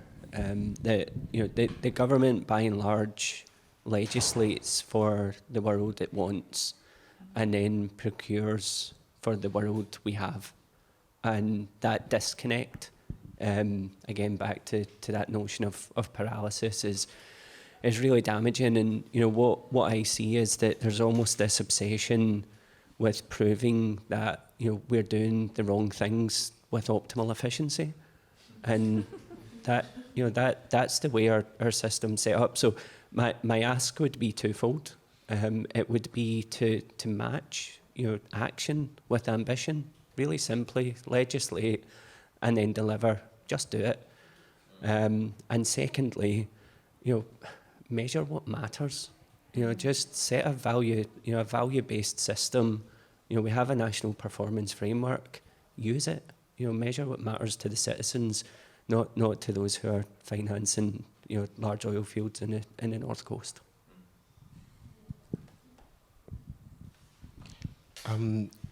So I'm gonna continue with Douglas' hopeful message, and just set a scene here where we are currently politically, from a planning and architecture and built environment perspective. We are, at the moment, planning and housing has now occupied mainstream central government policy, and that's a big thing, actually. I mean, we should not, we should embrace that, because the housing issue and the planning issues that has been an issue for quite a while is now taking up some oxygen, and that's great, because if the people with solutions and the institutions like the REBA and Construction Leadership Council have been talking about this stuff for quite a long time, and it hasn't really gotten the same sort of oxygen nationally. So that's where we are, and we should sort of kick on from this, really, because it's an opportunity. And what we are at REBA and in conjunction with the Construction Leadership Council are asking for is a national retrofit strategy, which looks at the skills and the funding for delivering this work at scale. And to answer your question directly, Martha, that's what I would ask for, and I've been asking for, following the King's speech earlier this week, is to invest in and develop a national retrofit strategy that does this at scale. And can I ask if it includes earth materials in your... Good question. I'll have to check and get back to you on that. And yeah, Becky, I don't know if you want to pick up on that. Where do you see, because a lot of your projects were about new structures and forms, where do you see earth building fitting into retrofit? If it does. I still don't really know what retrofit is, if I'm honest with you. Do you mean like doing up old buildings? Yeah. Well, so here's a big one. Clay plaster is massive, or it could be. So clay plaster can be put on anything, like even metal. I was just looking around the room and thinking, what can I not put clay plaster on? But I bet I could. Might not be that sensible. But anyway, it's certainly go on brick, go on cement, it can go on... Yeah, I mean, you have to prime it, you can't just put... You'd have to put some sort of gritty substrate. But clay materials can transform really quite grotty spaces. I mean, obviously not if they're leaking. That's important not to have them leaking, but it can really change the environment inside other buildings. So that's one thing. And I think the same goes for clay hemp to a degree, because we're looking hard at using spray technology with clay hemp now inside buildings, and hopefully we might do something with Hess on that at some point. So again, a demonstration to say this is possible, and if we get a big pipe and we spray it, we can be pretty quick. What else? Oh, and then, of course, there's loads of products that are on the increase and have been in Germany for decades. They're so ahead of us. And France is, well, everyone's ahead, really. But they're coming down the track. And H.G. Matthews, which is a brickworks near in Buckinghamshire, are one of these old-fashioned brickworks that are moving into making new products. So that's one to look out for. They're just going into production on straw clay bricks at some capacity, and these are the kind of industries that have lost a lot of their market, so they need alternatives, and brilliant if we can bring them in. And there's tons more down in the south. I think we're a little behind on that. In fact, Errol Brickworks was we just started to make eco products with Errol Brickworks, and then they went bust. So, but anyway, there's and farms and the agricultural industry have opportunities to make things out of. Like there's a company called Eco Cocon, which some of you know, which is panels made of straw. So I think we've just got to get a bit more entrepreneurial about that. I'm off now, you see. And then there's seaweed. I mean, God, Scotland is, that's something we really should be doing, is making seaweed products, and we are slowly getting round to that, I think. So lots of opportunities. Did I answer the question? I can't even remember it. Definitely. Very well. What's that question? Okay, I think your point... Oh, David, you go for it. Yeah. Not if you have it. I just thought of something... I felt like I gave a very inadequate response to the last question. Please. I felt bad. Which is my response is the question: is planning devolved in Scotland? Yeah. So planning is a devolved power in Scotland. So the Scottish government need to use planning And we all need to be aware that of the National Planning Framework 4 and the powers that the Scottish Government has to stop things which are just directly bad for the environment and bad for the country and bad for people. And the Scottish Government, I mean, I personally am pro-independent, so I don't want to bash the Scottish Government unduly. However, they need to stop hiding behind Westminster and saying, oh, well, you know, if we had more power, we could stop Rosemary. Don't give people planning permission. Do not give it. Don't let Tom Woods take away a third of St Vitus's Park in Torry. Don't give them planning permission to build factories. These are the things that can practically be done to further. Sorry. Anyway, yeah. Just occurred to me. No, definitely, and definitely work to be done everywhere, aligning planning policy frameworks with climate. I just want to go back, Becky, to what you were saying about this kind of idea of retrofit to revive industries, because obviously we've got a massive problem in the construction sector of these, you know, big capital projects, and people are employed for a few months on a project, and then it's over, and there's no work. You know, at all levels, at architecture down to contractor.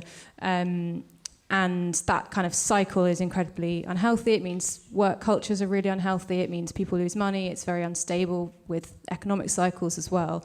And it feels like retrofit is a really good opportunity to stabilise that and say, actually, we've got this really strong pipeline of small projects. There's always going to be work. It's going to be really kind of measurable and ongoing and you know, much better for people on a lot of levels. And, you know, a lot of you are working on these kind of smaller project scales. Do you see those projects having a better impact on workers and people involved in those projects? Is that something that you kind of already feel, or Douglas? Yeah, I mean, I think there's a tension there insofar as, you know, that kind of mentioned at the outset, I'm a stonemason to trade, so, you know, that notion of minimal intervention is really important. I think there are retrofit applications that, you know, they are going to be minimalist, and they're going to be artisan, and they are going to be based using, you know, traditional materials, and rightly so. I think when we look more broadly at, you know, the kind of housing retrofit challenge, you know, kind of very keen that we explore, you know, the industrialisation of retrofit solutions. So, you know, we're developing, certainly at best, we're developing platforms, we're developing common kits of parts. I think the challenge is not to do so using, you know, materials and methods that are environmentally damaging, but look at that, you know, look for that fusion between the traditional materials that actually we know have incredible performance values, but bringing that together with, you know, digital design, digital manufacturing, and modern methods of construction more generally. So I guess what I would like to see is the maintenance, the support for those smaller scale artisan retrofit programs, but also the recognition that in order to solve the bigger challenge, there are opportunities that industrialisation bring to us, so long as we're doing so through a moral and ethical lens. I just thought of two examples. So at the moment, somebody might know of the King's Cross project that's using earth blocks. Do you know what I'm talking about? Maybe you know more about it than me, but no. But anyway, a colleague of mine is involved in setting that up, and what I think they're doing is they're taking earth from King's Cross station, where there's some renovation or some structural changes happening there at the moment, and they're taking that material in trucks and they're taking it out of the city to this brickworks I'm talking about, H.G. Matthews, and then they're making them into unfired bricks. So it's soil. They're taking soil, they're making bricks, and then they're taking it back to King's Cross and building it in, which a bit of you goes, ooh, that's a lot of trucks, but actually, pretty sure it's trucks. It's actually it's a big scale and it's industrial, and it's, as far as I understand, it's going really well. And there's another one in London, I can't remember where it is. There's two of those happening. And then there's another thing called Cycleterre, French, sorry about my accent, which is doing similar things in the outskirts of Paris. And it's like it's an industrial hub where they're gathering in construction waste from various things in Paris, bringing them together and making them into products. And that's an organisation called Amaco, which I strongly recommend you look at online, that are doing that. And I don't know if King's Cross came out of that, but there's similar things. So there's two sort of industrial scale things that are happening down south. Do you want to? No. David Meyer? No? Cool. So let me just see what else I've got on my questions. Yeah. Cool. So I'm going to ask 2 more questions, and then we're going to do Q&A on the floor.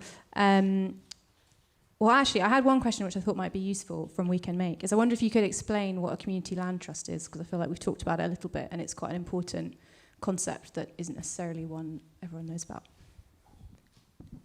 Yep. So we are a relatively small community land trust at the moment, and the idea being that the land is transferred from council or privately into community ownership ultimately. WeCanMake hold that on behalf of the community and the community involved with the decision-making process. And at the moment, it's for about a 100-year lease with the council currently. So yeah. And I suppose one other thing is, like, as we act as a landlord and take rent, that rent goes into the community land trust, which goes to paying for the maintenance of the buildings and then any kind of further use within the community. So I guess all of that kind of profit is cashed back into the community itself. Yeah, it's basically going against that whole kind of profit-making system of someone building something in their back garden and it becoming like an Airbnb. It's protecting from that happening ultimately and making sure the community benefit. And how do you... Go, David. Just to... there's the system in Scotland's slightly different. We have slightly different land reform acts, and so a community land trust, and I mean, there's someone here from Community Land Scotland, so I feel like I'm not probably the best person to speak about it. If you want to know it in detail, ask Kerry. But there's provision within the Scottish the yearly budget of the Scottish Government for community land trusts to buy land from councils and private individuals into community ownership, and the sort of trust of those entities, it needs to be made up. I think it's something like over 75% of people who live in the identified region or postcode or area. So I guess it's a similar-ish thing, but just for the specific Scottish context. So how does the CLT get the funding or money to buy the land in the first place? So there's something called the Scottish Land Fund. I'm looking at Kerry desperately. Oh! So basically, yeah, this is a good Here one. we go, I'll give you the mic, Carrie. Practice in action, practice in action. Questions to the audience. What was the question? Like, where does the community land trust get the money or funds to buy the land in the first place? Yeah, it's from the Scottish Government. No. So 95% from the Scottish Government, but there's lots of other crowdfunding and there's different sources for money as well. And then for us in Bristol, it's been a bit different. It's been like land disposal. Well, for some bigger sites we're working on, it's a land disposal. So the council have ultimately given us the land, and it's the same for the small sites. Perfect. Well, that sets me up very well for my next question, which was going to be, because community land trusts and alternative community provision is really important for kind of getting out this deadlock between can the state do things, can the private sector do things, let's do it ourselves. So I guess my question was, you know, we talk a lot about materials, that's quite a technical, relatively easy problem in some ways, but how do we make sure we're asking people in the process of material selection, in the process of what are we building where, who owns it, you know, all of these kind of bigger layers of questions. I'd love to hear how people are sort of making sure they're speaking to people during their work and their projects. I don't know who wants to kick us off. Yeah, I think, well, Peter touched on it earlier, and so we've got a few smaller sites kind of in the pipeline, and it's even before we've put any pen to paper, it's getting out there into the space and doing like one-to-one pop-ups and just doing it in such a way that it makes people not be able to just walk past and to really come in, engage, and like ask those questions. And then I guess on that kind of, maybe from the material side of things, it's been really interesting working and talking directly with foresters, because actually a lot of people who are producing materials are really keen to know where they go and actually know that they're actually going towards something that they care about themselves.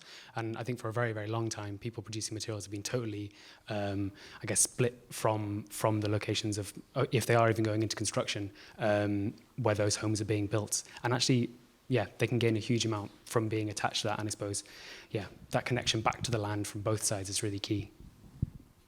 In terms of your particular question about talking to people from a REBA and institutional basis, one thing I'm working on is to get a better connection between our nations and regions committees and people on the ground, basically, in different regions up and down the country, feeding back information into the RIBA that could influence our, have an impact on our influencing plan and things to do with like retrofit and things like that. But also, shameless plug, we are also putting together an expert advisory group at council.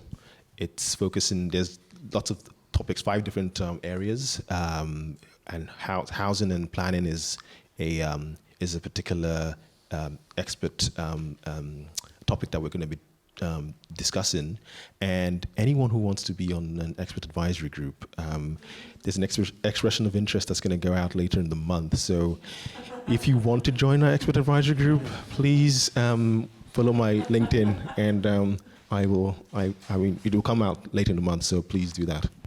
I suspect you might get quite a lot of this audience. I think you're right. I mean, from Best's perspective, I mean, when Best were set up, I mean, really, you can argue we exist due to market failure. So we sit in the middle of industry, our academic community, and our public sector to try and drive more meaningful collaboration. A big part of what we do actually is just translational. So, all these communities speak different languages, have different cultures, move at different paces. And we've spent, 8 years doing that, quite effectively in some cases, and we've had more challenges than others. But over the last couple of years, we recognised a big gap in our strategy was that citizen engagement piece, which resulted in the formation of our head of citizen engagement, Sarah. Who has been charged with really driving our our engagement with those who aren't just passive recipients of our built environment, but who can actively shape it and actually who can bring insights to it that enable us to create significantly more value than we otherwise would. So the citizen engagement, our investment in citizen engagement is only on the increase. It has become a critical part of what we do. And again, events like this, today I said it at the end of my presentation, but I have been incredibly inspired by what I've heard today. I've had my eyes open to some of the challenges out there that I haven't been aware of, and just feel really motivated to understand how we can support. Becky or David? Sorry. Yeah, just to follow on from what you're saying, I think I wonder how we can sort of shift the sort of power dynamic in planning away from we own this thing and this is what we're going to do to what do you need? Because I think that I don't think that question gets asked, and I think that like having recently had a very traumatic experience of working with planning in Glasgow City Council, traumatic. The dynamic is we have the power, and here's the little bits that we'll give you, and here's the little concessions you can have, rather than sure, what do you need? What can we make? What can we use legislation to make possible? And there's a really good wee story from. So like one of the reasons that probably loads of people, this is like architecture saying, so loads of people know this story, but one of the reasons that Govan doesn't look like the Gorbals is because in the 1970s, late 1960s, 1970s, the Tenement Improvement Programme was put together, where young architects asked people who lived in Govan, what do you need? Do you want to move out to Drumchapel and Castlemilk, or do you want something else? And people said, actually, do you know what? It'd be really nice if we could keep living here next to the factories that we work in and next to our neighbours and like just in the houses that we live in. How can we make that possible? Indoor toilets. And so they came up with the Tenement Improvement Programme came up with a scheme for putting toilets into tenements. And so Govan looks the way it does because of the Tenement Improvement Programme. And there's a really, really good little book called Annie's Loo. So Annie Gibbons was the first person who came forward and said, yep, okay, I'll go for it. Put an indoor toilet in my flat. I'll pay the 125 quid and I'll get the 80% grant from the council. And then lots of other people came forward and got that. But if folk are interested in that as a sort of story and a model, the book is called Annie's Loo, and you can get it in Ibrox Library and other places.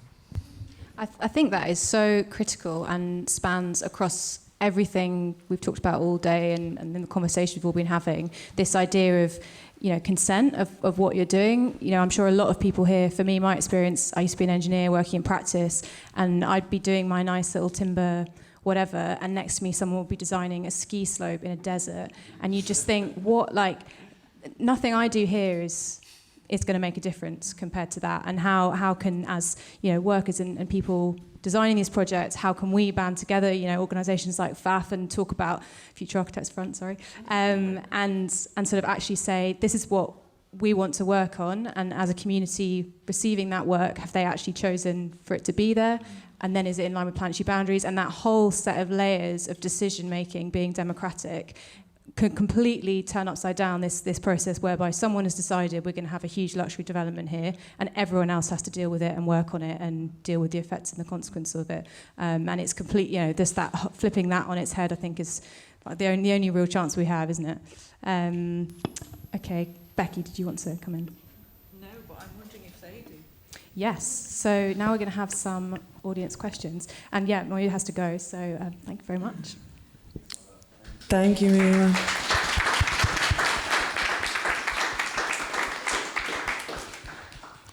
Okay, where are the questions? There must be some. Or reflections, or something that's come up for you. Is that a hand up? Thanks. That was great to listen into. I wanted to pick on something that Becky brought up around training in earth construction at university, and kind of expand that a bit to what other practical skills would be good if our professionals had, because I feel like more and more we're so dissociated from the materials that we specify. We don't understand them. They kind of sit behind codes, and if those codes are not there, we won't get insurance. And there's such a gap in kind of really understanding the materials that we specify. And I don't know, I feel like some of the answer is kind of getting our hands a bit more dirty when we're training. So I just wanted to hear kind of what are the things. That's all the answer. What would that kind of look like? What are the materials what are the detailing? What would education look like? So I'll start with the example. So right now we're in the MA studio. Is anyone here from Edinburgh? Is any of you in the room? Are you in that group? No, you're not. Okay. All right. I didn't think I recognised you. So we're in that studio. So we went in there and we did a week of, first of all, the day. So this is earth, okay, and it could apply to fibre, straw bale, hemp. It could apply to stone, wood, you name it, you could do it, right? But let's just say earth, because that's my thing. And so ideally, I go in there for a month, but I realise that's, nobody's going to sort of fund that. But for a week, so I think I've got this right, that the lecturer or the tutor fought very hard to take the money from the trip to India and use it for an earth workshop and studio project instead. Because I know money's hard and all of that. So there's priorities and choice about what you spend the money on. And then when we got in there, we did, day one, we did soil testing and sourcing. You know, what is it? What are we talking about? Where do we find it? How is it good for the environment rather than a big hole that, you know, how can we retrofit with it? Whatever. We start with the basics. We do the physics, the science of it. We make tests. We do all kinds of experiments. And then we start to build with it in structures, in outside of formwork, inside of formwork, in frames, in plasters, in floors, in paints, in whatever.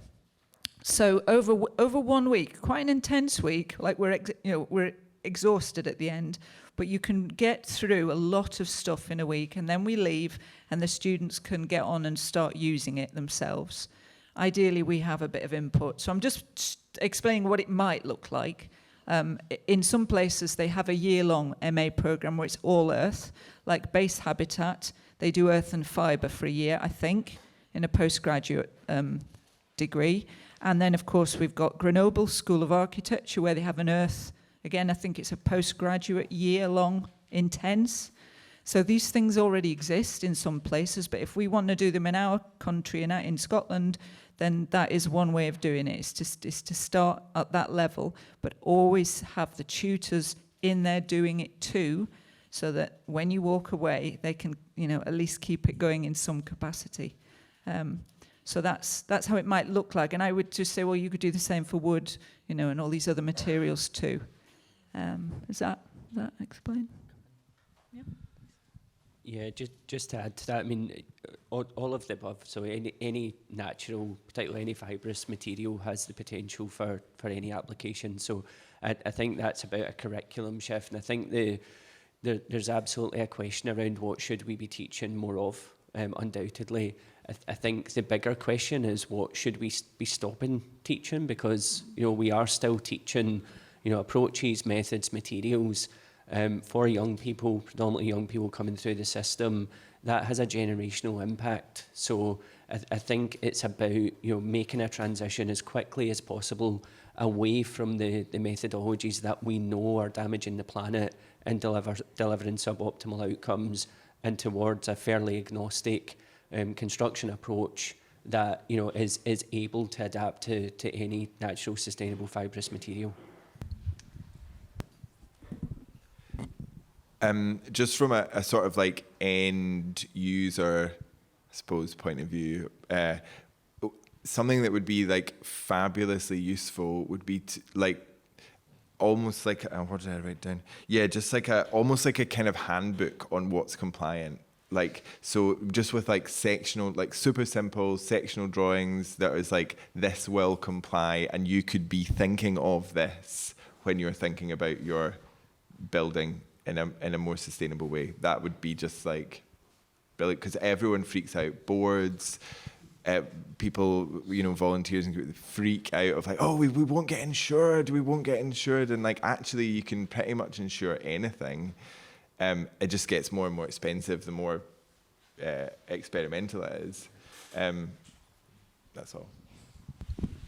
Yeah, absolutely. The straw bale house I showed earlier, they were telling me that they can't get insurance for it, or they really struggle, and it's like a globally recognised piece of architecture, which has been there for 20 years. It was also just because at Birmingham there was a woman talking, and it was about, I can't remember, Amy, you might be able to say, but it was about a new school they're setting up basically, and they want to work through all these different kind of traditional constructions and how these can be retrofitted, and have examples to show everybody about what the best thing is to do in a variety of circumstances. So yeah. Hello. Thanks for all the contributions so far. One thing that has kind of simmered up under the surface a couple of times that I'd be interested in hearing more about is the either the acceptance or the rejection of the existing political economy and the existing political landscape. So one sort of point of reference from last year's Retrofit Reimagined and previous sessions that we've had this year is a sort of quote from Indy Johar, which says something to the effect of our existing democratic institutions are not equipped to respond to the scale of the crises that we face. And I think through varying contexts, we've kind of responded to this, be that through a sort of hope for increased devolution being a way of responding to things more effectively, devolution either nationally or devolution to a community planning level. So what I'm really curious about is, I suppose, beyond the space of like the optimization of practice and the optimization of design and the optimization of existing systems, how do you see the necessity to actually sort of push radically towards new systems? How does that exist within your work comfortably, and where does that also maybe not exist comfortably within the work, and where does that require us to try and move beyond the typical bounds of either design or any other kind of practice that we're engaged with? Nice, easy one. Okay, wow, Charlie, that's a good question. So, you know, as a national innovation centre, at best, our role is to, you know, write mission statement, alert, decarbonise or accelerate what is our mission? Accelerate the just transition to a net zero built environment. Accelerate to zero. That's the short version. But it's so it's about accelerating change. It's about just transition, and it's focused on the built environment. So you know, we spend a lot of time in rooms with with people from industry, from government, and from academic communities who. You know, their power is underpinned by the status quo, by the structures that are in place. So we are very much, very often, actually, the people who are tolerated in the room and not necessarily welcomed in the room. Transforming systems, or transforming a system is really tough. The issue here is not transforming the system. You know, built environment is a system. It's about transforming a whole system of systems. So it's the built environment, it is the insurance, it's the skills system, it's the economic system, it's the political system. Trying to do all of that at once is really challenging, and that's why it's an uphill battle, right? It's not just about, you know, that trigger action, it's about sustained action. And that's where actually, you know, movements like this have great power, have great influence, because I think as that citizen voice really emerges and coalesces and starts to challenge those notions of power, authority and control, it actually gives organisations like mine the mandate to be more challenging, because we know the citizens are behind us, right? You know, the science is there. Sometimes the science matters, sometimes it just doesn't, and that's the harsh reality. You can be in a room and people just don't care about the science, they don't accept it, right? They're not willing to listen. But when you have, you know, the voice, that aggregated voice of the citizens behind you, that's how you start to change the system. And it's not an overnight thing, but sustaining that focus, sustaining that energy, which in itself is a big challenge, is the critical precursor to transformative change. Can I just respond to that? I haven't cried today, right? And I'm not going to now, because I had a little quiet one there when he mentioned the role that was created, that I stepped into kind of unquestioningly because of the people in the organisation. And I think this last couple of months has brought into focus, actually, this is going to sound awful, now I know why the role exists. Like, I took on the role and I was like, yeah, that'll do. But now I really, really am starting to believe even more why that exists in that transitional space. I'm really, really grateful for that, and I'm grateful for how over the last couple of, probably really, it's been building for months, but it's been expressed in the last couple of weeks between Best Fest and this and other relationships building and burgeoning in that space. And I think maybe something we can think about is how that becomes far more commonplace and less, like sometimes when I say my role to some people, they're like, what? Head of citizen engagement. Who are you talking to? And even so that's sort of is there, and I think the acceptance though that's come with that just today and the rest of that time just makes me feel like everybody needs to have that in this transition. And translational was a phrase you used, which I think was really great, actually, to translate that out more and more. And with people like Bess taking that on as like, that's just what we have, that's normal. It gives this ideas of legitimacy and permission that we've all been talking about. It doesn't take much for somebody else then to go, okay, I'll do that too. So I think just reflecting on the need for that not to be the odd one in the room, but the commonplace practice, and I think we can all probably borrow some of that behaviour. And I think also the role of like helping people see through systems. Charlotte, you're talking about that we need to challenge. So I've been doing quite a lot recently about venture capitalists, and they love construction because they've seen a huge industry that's really dysfunctional, and so they've seen a money-making opportunity. And during the pandemic, venture capital funding went down a huge amount. They've had the, FTX collapse, they've had all these kind of tech world problems, but investment in construction engineering has rocketed because they can see that everyone's interested in green things and they can see a quick win. And it's a horrendous funding structure. The idea is that they can, as quickly as they can, make money off a new technology emerging from university and being taken to market. So precisely at the point where people start making money, they just want that bit. They have no interest in long-term change and slow change in communities. And WeWork being a fabulous example of that. They just wanted a quick buck in a space that is incredibly messy and slow, as we all know really well. And I think the importance of us learning about venture capital, which is something that I imagine a lot of people here just don't really want to know about.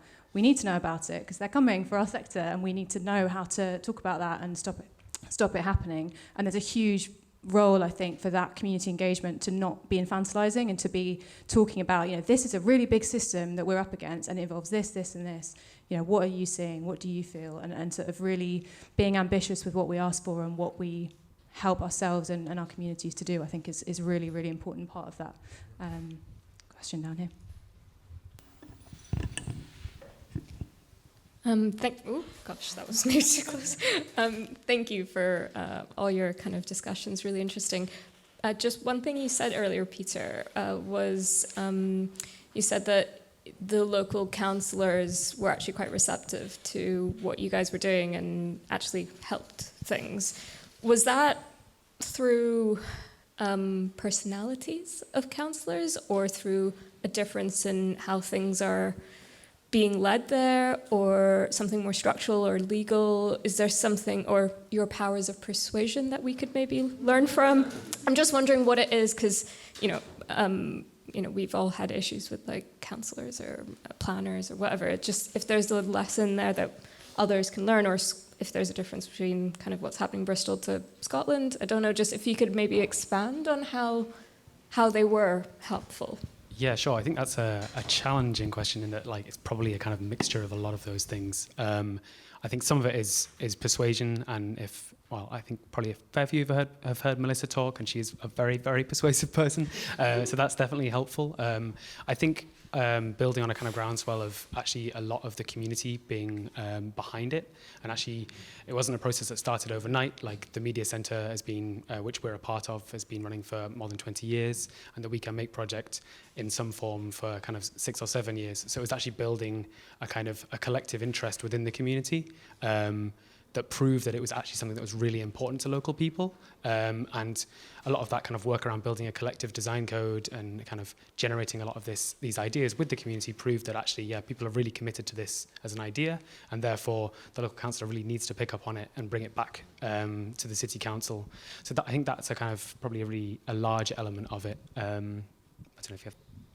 Yeah, I think because recently we've got some that are stuck in planning at the moment, and we had a meeting with the planning officers, and I think something that's been really important is that whole conversation about this isn't us just trying to do like a quick fix. It's showing all the steps and all the thought that's gone into this. It's not just trying to put a band-aid on. It's seeing that actually, okay, this is really considered. They're not trying to open a door so everybody can do this in their back gardens. It's just that it's also kind of showing them the pros and that other side of the coin, really, and like trying to get them to see the bigger picture, which isn't the easiest thing, but that's been a big part of the process. And maybe some part of that is actually really speaking, I think particularly with planners, like very much in the language that they understand, and like picking on like keywords like additionality of homes was like a kind of really key thing. Like, oh wow, land that we can't get hold of in any other way. This is exciting. And little things like that actually won over quite a lot of planners, who that actually then ended up kind of fighting our corner from within the council. And actually, well, sadly, a lot of them have then been made redundant due to massive cuts.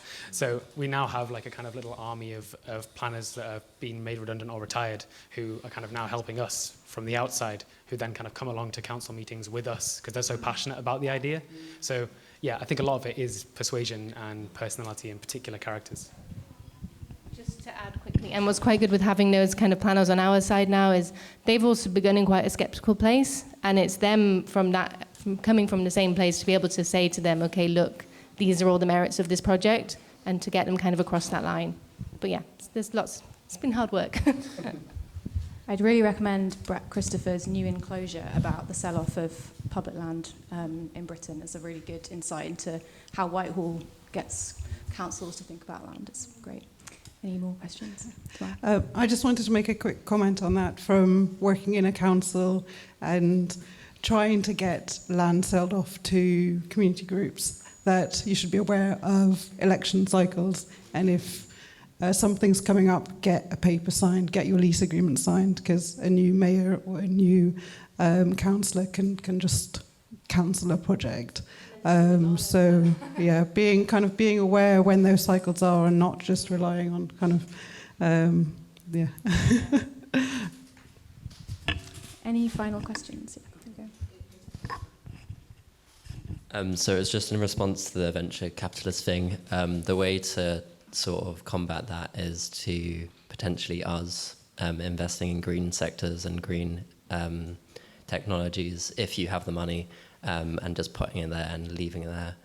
And then also on that, we used to have some good banks, i.e. the Cooperative or Monzo, and things like that, which were investing in good sustainable futures, which are just not happening anymore, which is a shame. Sounds like a panel on banking is in order. Yeah, mine was really just a reflection of knowing WeCanMake's work for quite a long time, and just listening to what was talked about there in reflection to Best and what it means when the Overton window or the people power or the tipping point from the ground actually does a number of different things. It reduces the social license for certain things to operate. Like some things in history have just gone because we, the people, have stopped the social license to operate in that way.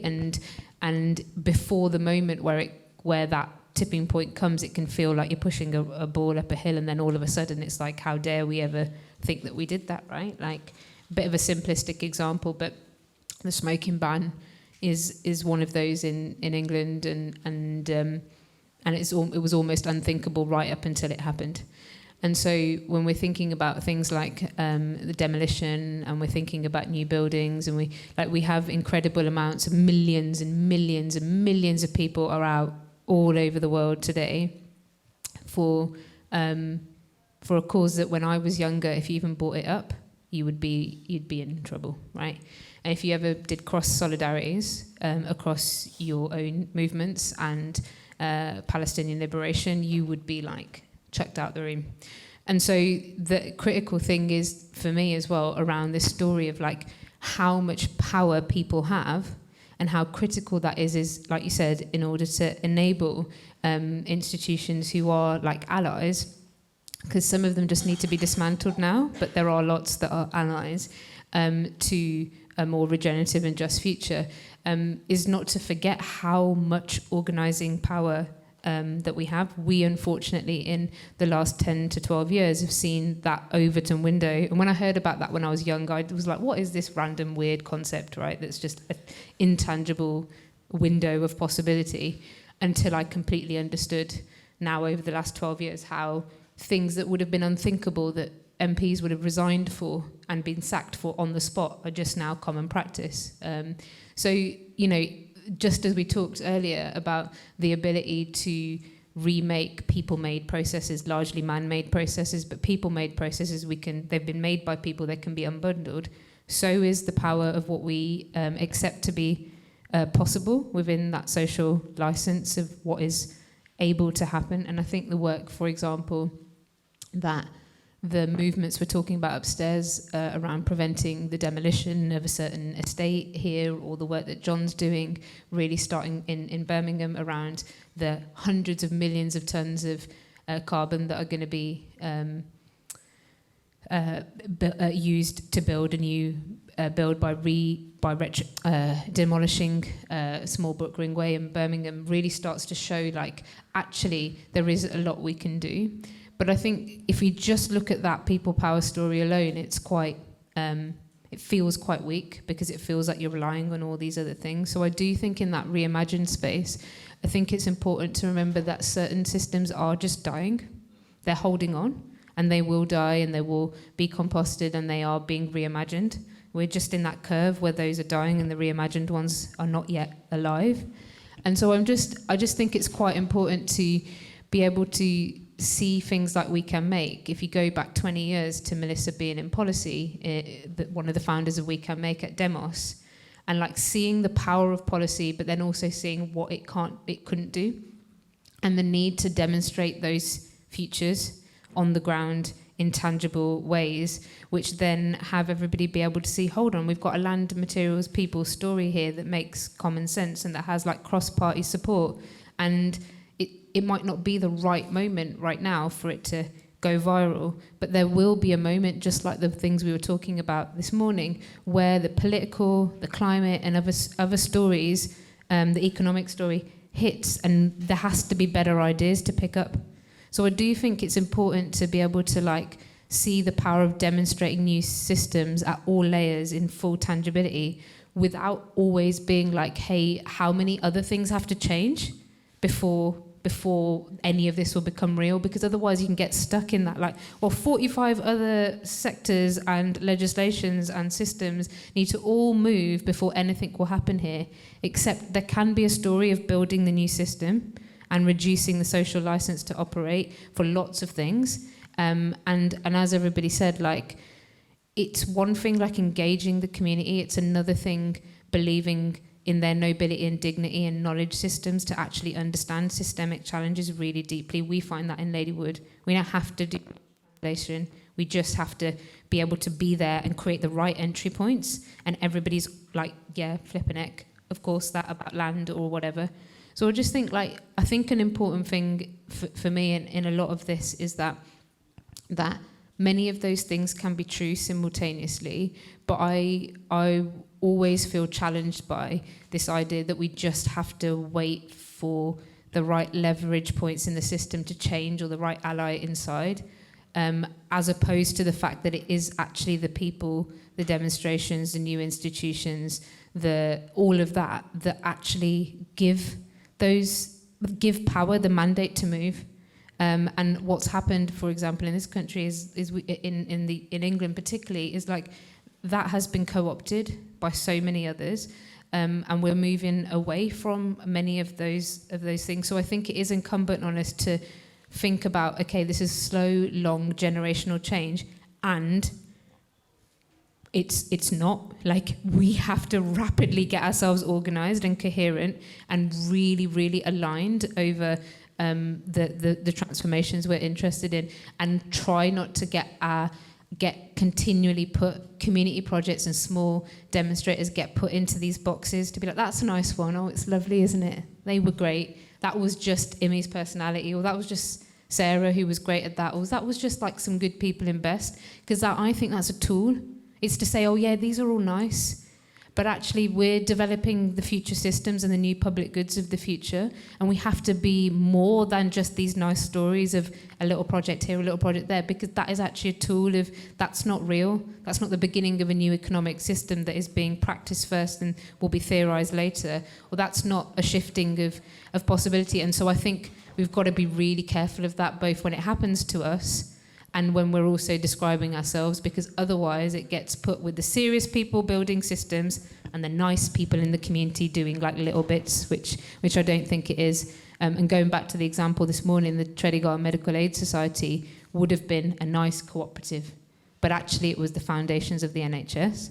And I think, you know, the foundations of new systems are in all of these rooms. We have to have the courage to be able to speak that that's what we are, because if we don't, we will be really quickly divided into like, oh, there's all the lovely stuff and there's the serious people. There's like Best and there's Retrofit Reimagined, or there's the government and there's like everyone else, and it isn't that. Like, we build those mandates, we build what's possible, we build the window, and we have to pull it back from capturing. And you know, when you look on social media and people talk about we're not freeing Palestine, Palestine is freeing us, and that is because in this generation they've showed us what it means to take something from like a fringe conversation that you can't speak about to fucking everybody's out there, like absolutely in their millions around the world pushing. And so we have to, like, I think we have to have confidence in that as well. And I do think that's really, really important, because otherwise the larger systems will divide us into lots of nice projects, and that's cute.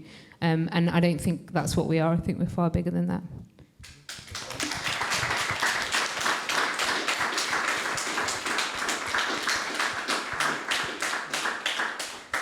Absolutely, and you know, we talked about housing being up the agenda in politics, and let's be very clear that that's come from housing activists and an ecology of grassroots groups. That has not come off the back of politicians. Does anyone else have any reflections or final questions? Okay, one more at the back, and then I think that's all we have time for.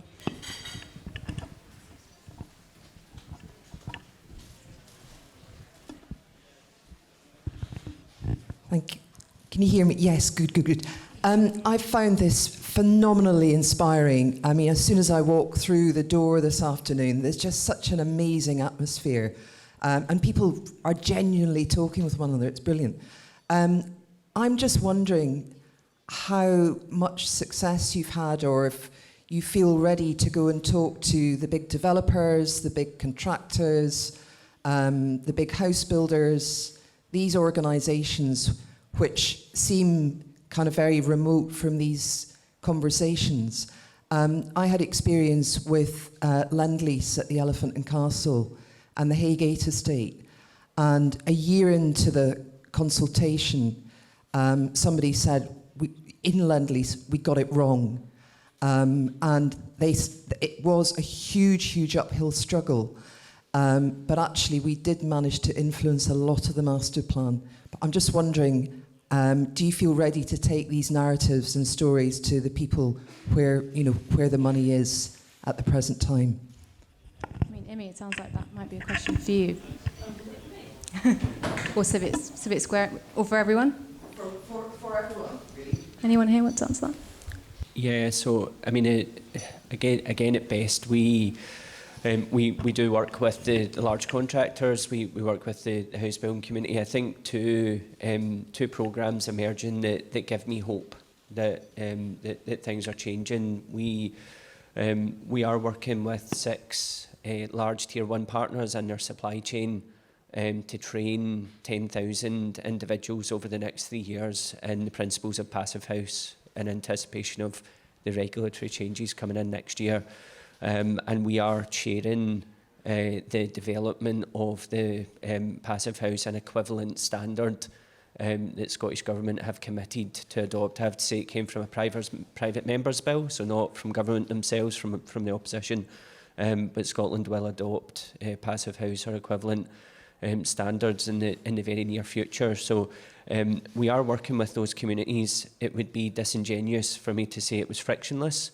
I think if we balance up the business, legal and moral case, I think the business case is becoming more accepted. The legal case is becoming more absolute. The moral case, we still have some way to go, but we won't lose enthusiasm. But certainly they are coming to the table to talk to us from a legislative stick perspective. And it's predominantly small and micros who are coming to us from a more aspirational carrot perspective, for want of a better description. All right, thank you. I think we'll leave it there if that's all right. Thank you so much, everyone on the panel, and thank you all for coming. Sarah, Charlie, do you have anything to add?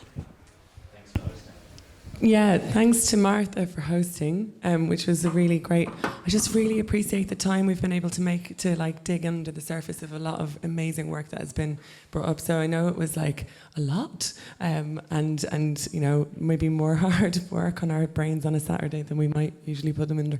But thanks a million for that. We got about a 10-minute break where replenish your drinks, have a chat, and then we'll have our final session with the inimitable Cueto Duenaboa. He's right down there. It was nice that we were talking about social housing campaign being one of the big levers that has seen that policy come into light, and that's in no small part due to the work of Cueto as well. So we'll have a chat with Cueto from about 5:15 till for about half an hour before we replenish said drinks again, clear the room, and have a dance and some dinner. I said, and don't miss Cueto. Amy said that she'll get really cross with you. She won't let you dance. Thank you, everybody. Thanks to our panel.